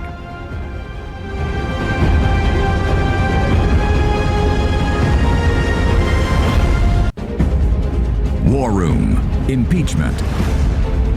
Here's your host, Stephen K. Bannon. Welcome back to War Room Impeachment. It's 9 December, the year of our Lord 2019, special edition, Vox Populi. It's been 3 hours on the John Fredericks Radio Network and America's Voice.news. I want to thank both institutions for making this available so people throughout the world can hear this. In fact, thinking of the world, we have a caller from Austria. Was it Vahag? Vahag in Austria. You're live throughout the world on War Room Impeachment, Vox Populi. How can we help you, sir? Hi there. I'm a huge fan, Mr. Bannon. I'm calling from Austria, and I wanted to say that I've been following you guys since the days of Andrew Breitbart. And I think my first thought would be that I want all your listeners to know that on this side of the aisle in Europe, the situation is getting worse, and we're losing our freedoms every day, even more. And so you guys have to keep up the good fight and defend the president, especially now and the coming election year. And honestly, my experience from the university, I gotta say that here we are done, like on the university level, classes start with everybody laughing about the president and they're trashing him, and it's a hard fight here, and you guys got to keep your freedoms. And Vahag, but yeah, explain to, this is why we're a global show and why we talk about so many international issues, because they're tied back directly to the freedoms of our citizens in the United States. Tell people, if you can do it in a succinct manner, when you say you're losing your freedom in a country like Austria, which people think is free and prosperous and doing great, what do you mean by that? Mm-hmm.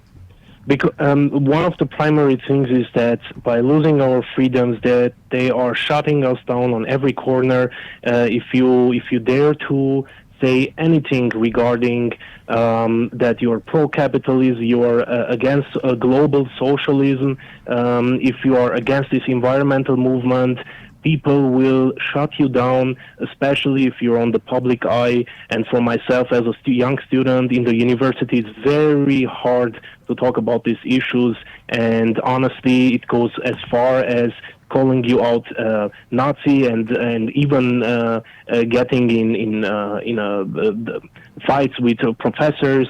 So what I'm saying that if you dare here in Europe and support parties which are actually pro-freedom, that has a consequence on your social life, but also can have on your career, on academia, and this is incredible fight. And when I look at the current politics, and I love the U.S. politics, what I see right now, it breaks my heart what is happening to the president, because I'm also a huge supporter, honestly. And what the House is doing currently, Nancy Pelosi, all these false allegations, now they are shifting it towards making a crime out of nothing. This is horrible, and people. The one thing I want to know, that people here are eating one-to-one all the information of the mainstream media from the U.S. They are reporting here, and if you talk about anybody about the current situation in the U.S., they will repeat one-to-one what CNN and New York Times are reporting, and they will take it as a absolute stance, and they will say that's it, and there is no way, and the president is horrible, and we have to get rid of him because this is impacting everybody. Vahag, I want to make sure that you contact. I want to make sure you contacted us directly at fight@warroom.org, all one word. We want to make sure we can make contact with you. I think we've got great plans for guys like you, men and women that want to fight for freedom over in Europe. One last thing before we let you go. Yeah. What would you tell the citizens in this country? You're a young student from Austria. You have a very good feel for this. What warning would you give citizens of this republic of what they have to do and what their responsibility is? Primary thing is that freedom comes before security, and everybody has to know this, because if you give up your freedom for a bit of security, then you don't deserve either of those things. And if you support socialist policies, it might sound good, but at the end, you're slowly going to lose your freedom. That's what is happening here.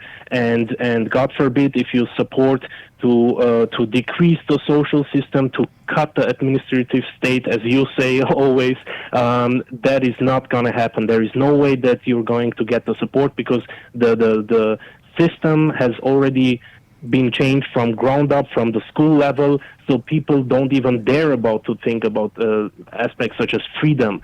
So all they care about is the big government supporting them, and the people of the great state of America, they should know that that they have to fight every second, and especially for 2020, to support the president and support freedom. Vahag, if you could hold on, what I'd like to do is Kiara, the producer, if they can get your contact in. Just hold on. Let's get the producer in our home office. If they can get your contact information, your email and your cell phone, we'd love to contact. I think we now found. I just think we found the host for War Room Austria. Just called in. So if you just amazing. If you just hang on for a second, if we can go ahead and put him on hold and just let's get his information before we take another call. Make sure we get your information. Also, contact us at fight@warroom.org. You can be part of this community. We're looking for citizen journalists all the time, particularly, no offense, Greg and Jack and the staff and Russell in there. There's some pressure. The citizen journalists today have been pretty amazing. I mean, there were callers, Jennifer in D.C., were blowing me up and stuff I should know and don't know. Raheem. Yeah. We're getting a lot of emails into that inbox, by the way, since we first announced it just earlier on in this show. A lot of people very skeptical about what Senator Graham has said in recent days about the speed of the Senate trial, and not calling certain people, not calling witnesses from Look, Graham Congress, is one of Trump's biggest supporters, but you think people are telling him, hey, we heard you on Maria Bartiromo yesterday, and no, we want a trial to let President Trump call the witnesses he wants to call, regardless of how long it takes.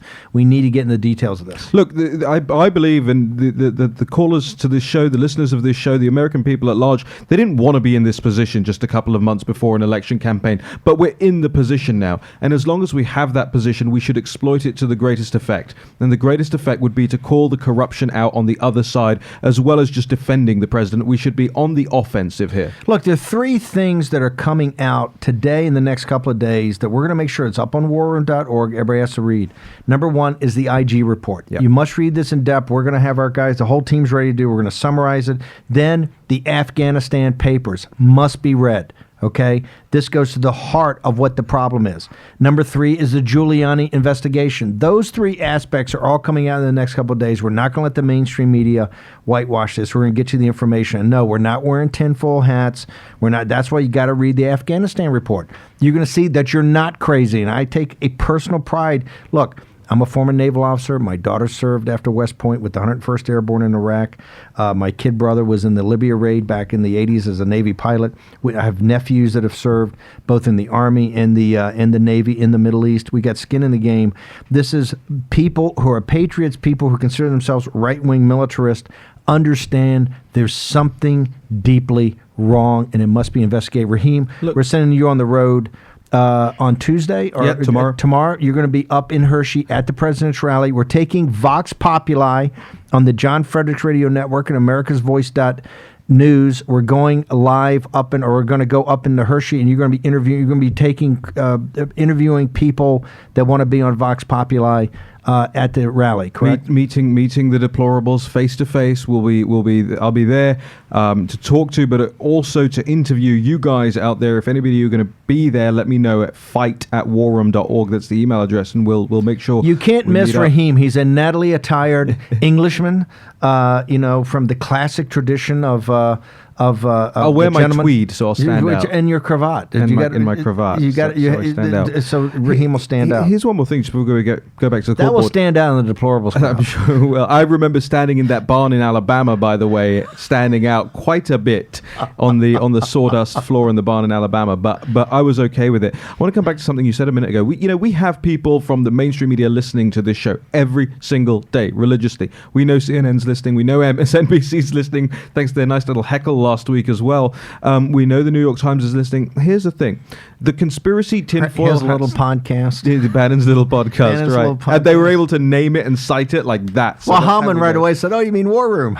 Exactly. But here's the thing. To any of those people listening, if we were tinfoil hat wearers, if we were conspiracy theorists and these things are so easily debunked, how do we keep beating you? How do we beat you in 2016 time and again, Brexit and Trump? How do these victories keep coming in? The only way you can jump to that conclusion is by saying, oh, well, people are stupid and that's why they're listening to this. And that goes to the crux of what they think. Look, Kenton, Indiana, you've seen today, these are not crazies. You've had a very reasoned, a very knowledgeable American citizens. This is why I say, give me the first 100 people to call to Vox Populi to run the country versus the top 100 partners at McKinsey or the top 100 partners at Goldman Sachs or the top 100 reporters in the mainstream media. Here we've had reason, we've had people asking questions, we have people looking for details. And what people are looking for, they're looking for details, they're looking for information. It's one of the things we pride ourselves.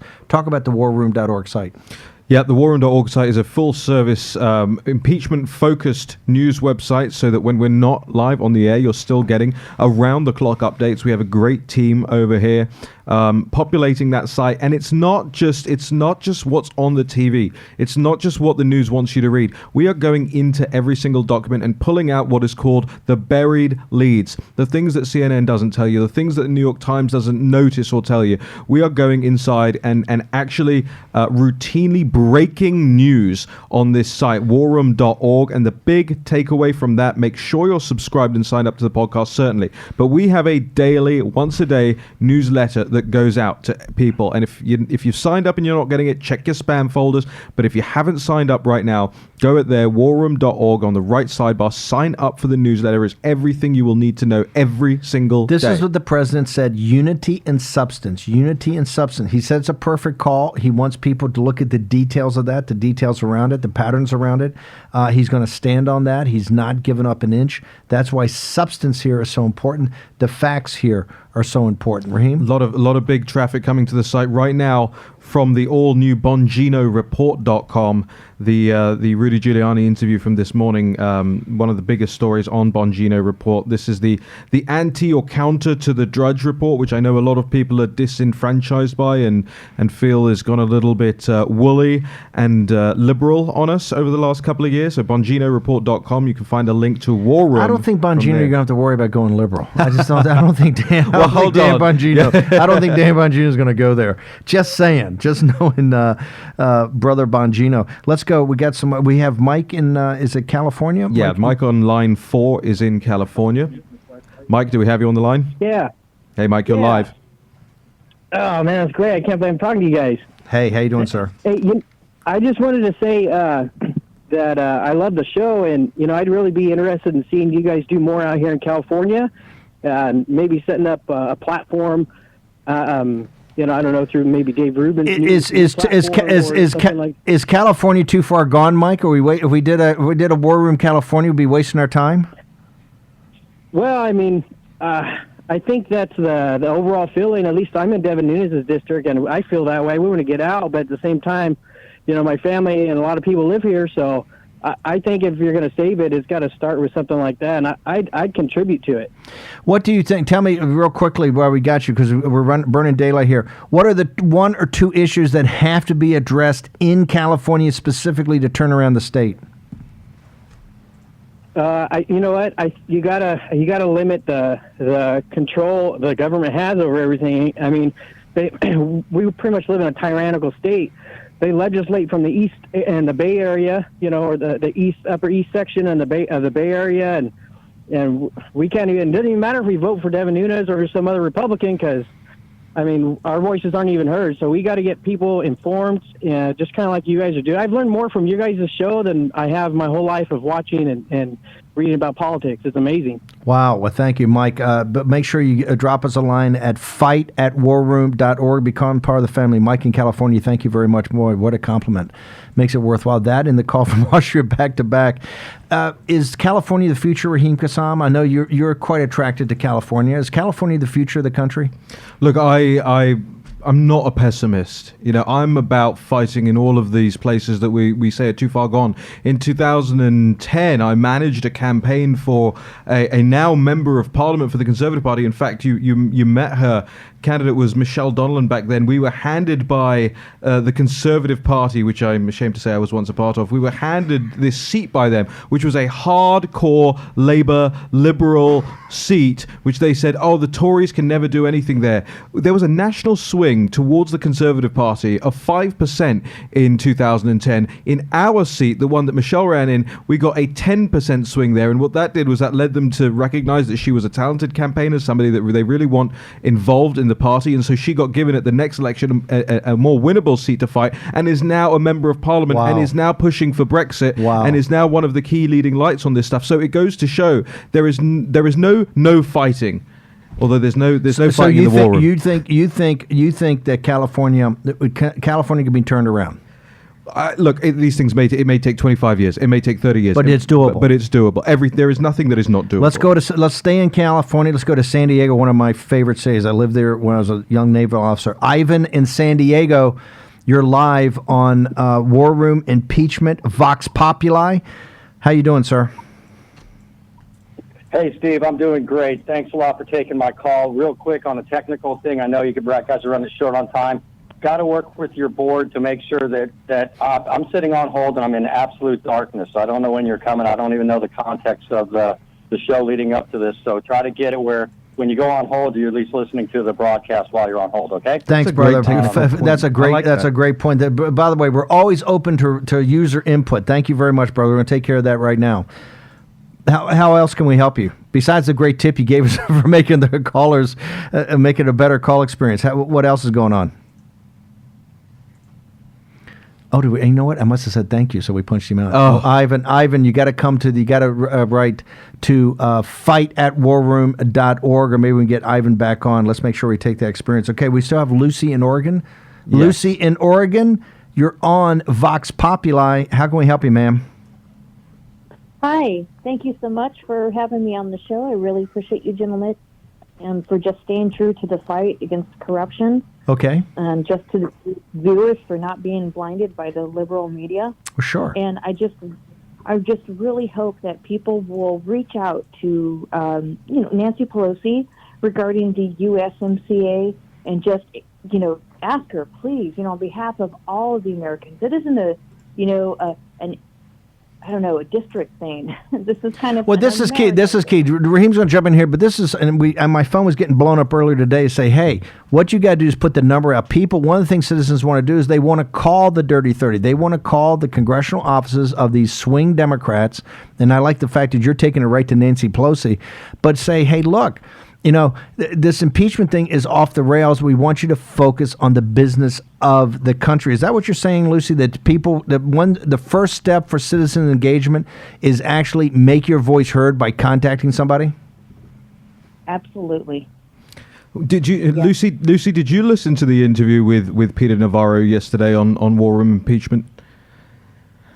I had actually gotten interrupted on that, so I didn't catch the whole thing now. Jump back on the podcast. It's available everywhere. But he walked people through yesterday exactly what you're saying today. This is a bill that's been sitting on Nancy Pelosi's desk for a year now, and Navarro actually goes through, as the trade director, goes through line by line how this is affecting the American people, what the opportunity cost of all this is, and it's a fantastic thing that you can have this sitting on the desk for a year, and people. I understand that people like you, Lucy, are fired up about it, but I want to make sure that everyone out there realizes you are losing money in your pockets because of what Nancy Pelosi's doing. Lucy, thank you very much for the call. Really appreciate it. Lucy from Oregon. This is about citizen engagement. Here's the thing that's so amazing. Lucy in Oregon calls up and she knows the name. A year ago, nobody knew what USMCA was. She says USMCA and she's talking about the bill and she wants you to call Nancy Pelosi. What do you got for us? Got about 2 minutes left. This is what Louise in Arizona wants to say. I want to bring Louise in very Louise in quickly. Arizona, how you doing, ma'am? Hey, good morning, gentlemen, and a blessed holiday season to you all. Just a couple points real quick. I'm real tired of hearing the bitch, moan, complain crowd. They'll sit back, they'll watch what's happening, they'll see their vote being stolen and everybody else's, but they don't want to get involved. They need to get involved. The MAGA deplorables, whatever they want to call themselves, they need to get involved. If that means being inconvenienced at 10 a.m. on a Saturday morning, or, starting a MAGA/core meetup. Well, listen, let's talk about that. How you do a meetup? How can people want to get involved? People want to take action. They're tired of just listening to talk radio. They're tired of just talking. They want to take action. So, Louise, in the minute and a half we have left for you before we got to bolt, tell us how people can get involved. What's your recommendations to your fellow citizens? I would tell them to first go onto the Meetup app, search for MAGA Meetup groups or anything along those lines in their locale. Can you tell people real quickly what's a MAGA Meetup? Why should they want to do that? So that they can support President Trump, his policies, and America first. Okay, but what is a MAGA Meetup? We have the Make America Great Again meetups, the Keep America Great. They're called many different things. We get together, we discuss what's going on. An action to take. In D.C. and elsewhere. Perfect. Yeah, action to take. We show documentaries by you, by the way, some of them, which are great. Oh, perfect. And people are getting jazzed. They really are. And I'm trying to spread the word. I'm a precinct committeeman. People need to do that. They need to go door knocking. They need to talk to people everywhere they go, which is what I do. I give cards out with my MAGA information where they can easily go and sign up. If they have any questions, I have them send me an email. Louise in Arizona, thank you very much. That's a great way to end the callers today. Thank you so much. Raheem, she's right there. That's a call to action. People today for the last 3 hours have had Vox Populi. Our number is 888-480-5646. We'll be back next Monday with a couple of hours right after the John Fredericks radio show in America's Voice.news. This is America's Voice. This is what people want to do. They want to get off their chest. Louise in Arizona gave you an action plan of things you can actually do. Raheem, what else can they do? We got a couple seconds left. Where else can they go? Well, I'm going to push it again. Warroom.org is the place to go if you want to stay abreast of everything. When we're not on the air, the newsletter, sign up, the podcast. Make sure you're sending it to your friends, your family, your colleagues, and You know, I think the site is on fire right now. Yeah. The traffic is insane And to it's the all- site and right it's now. all free. And it's all free. And I think people understand that this is the fight of their lives. Fight of their lives. Okay, we're honored. We'll be back. Actually, we're going to have a special edition today. Is it 5 or 6? I think it's 5 o'clock today. We're going to have a special edition. See you at 5 o'clock on War Room.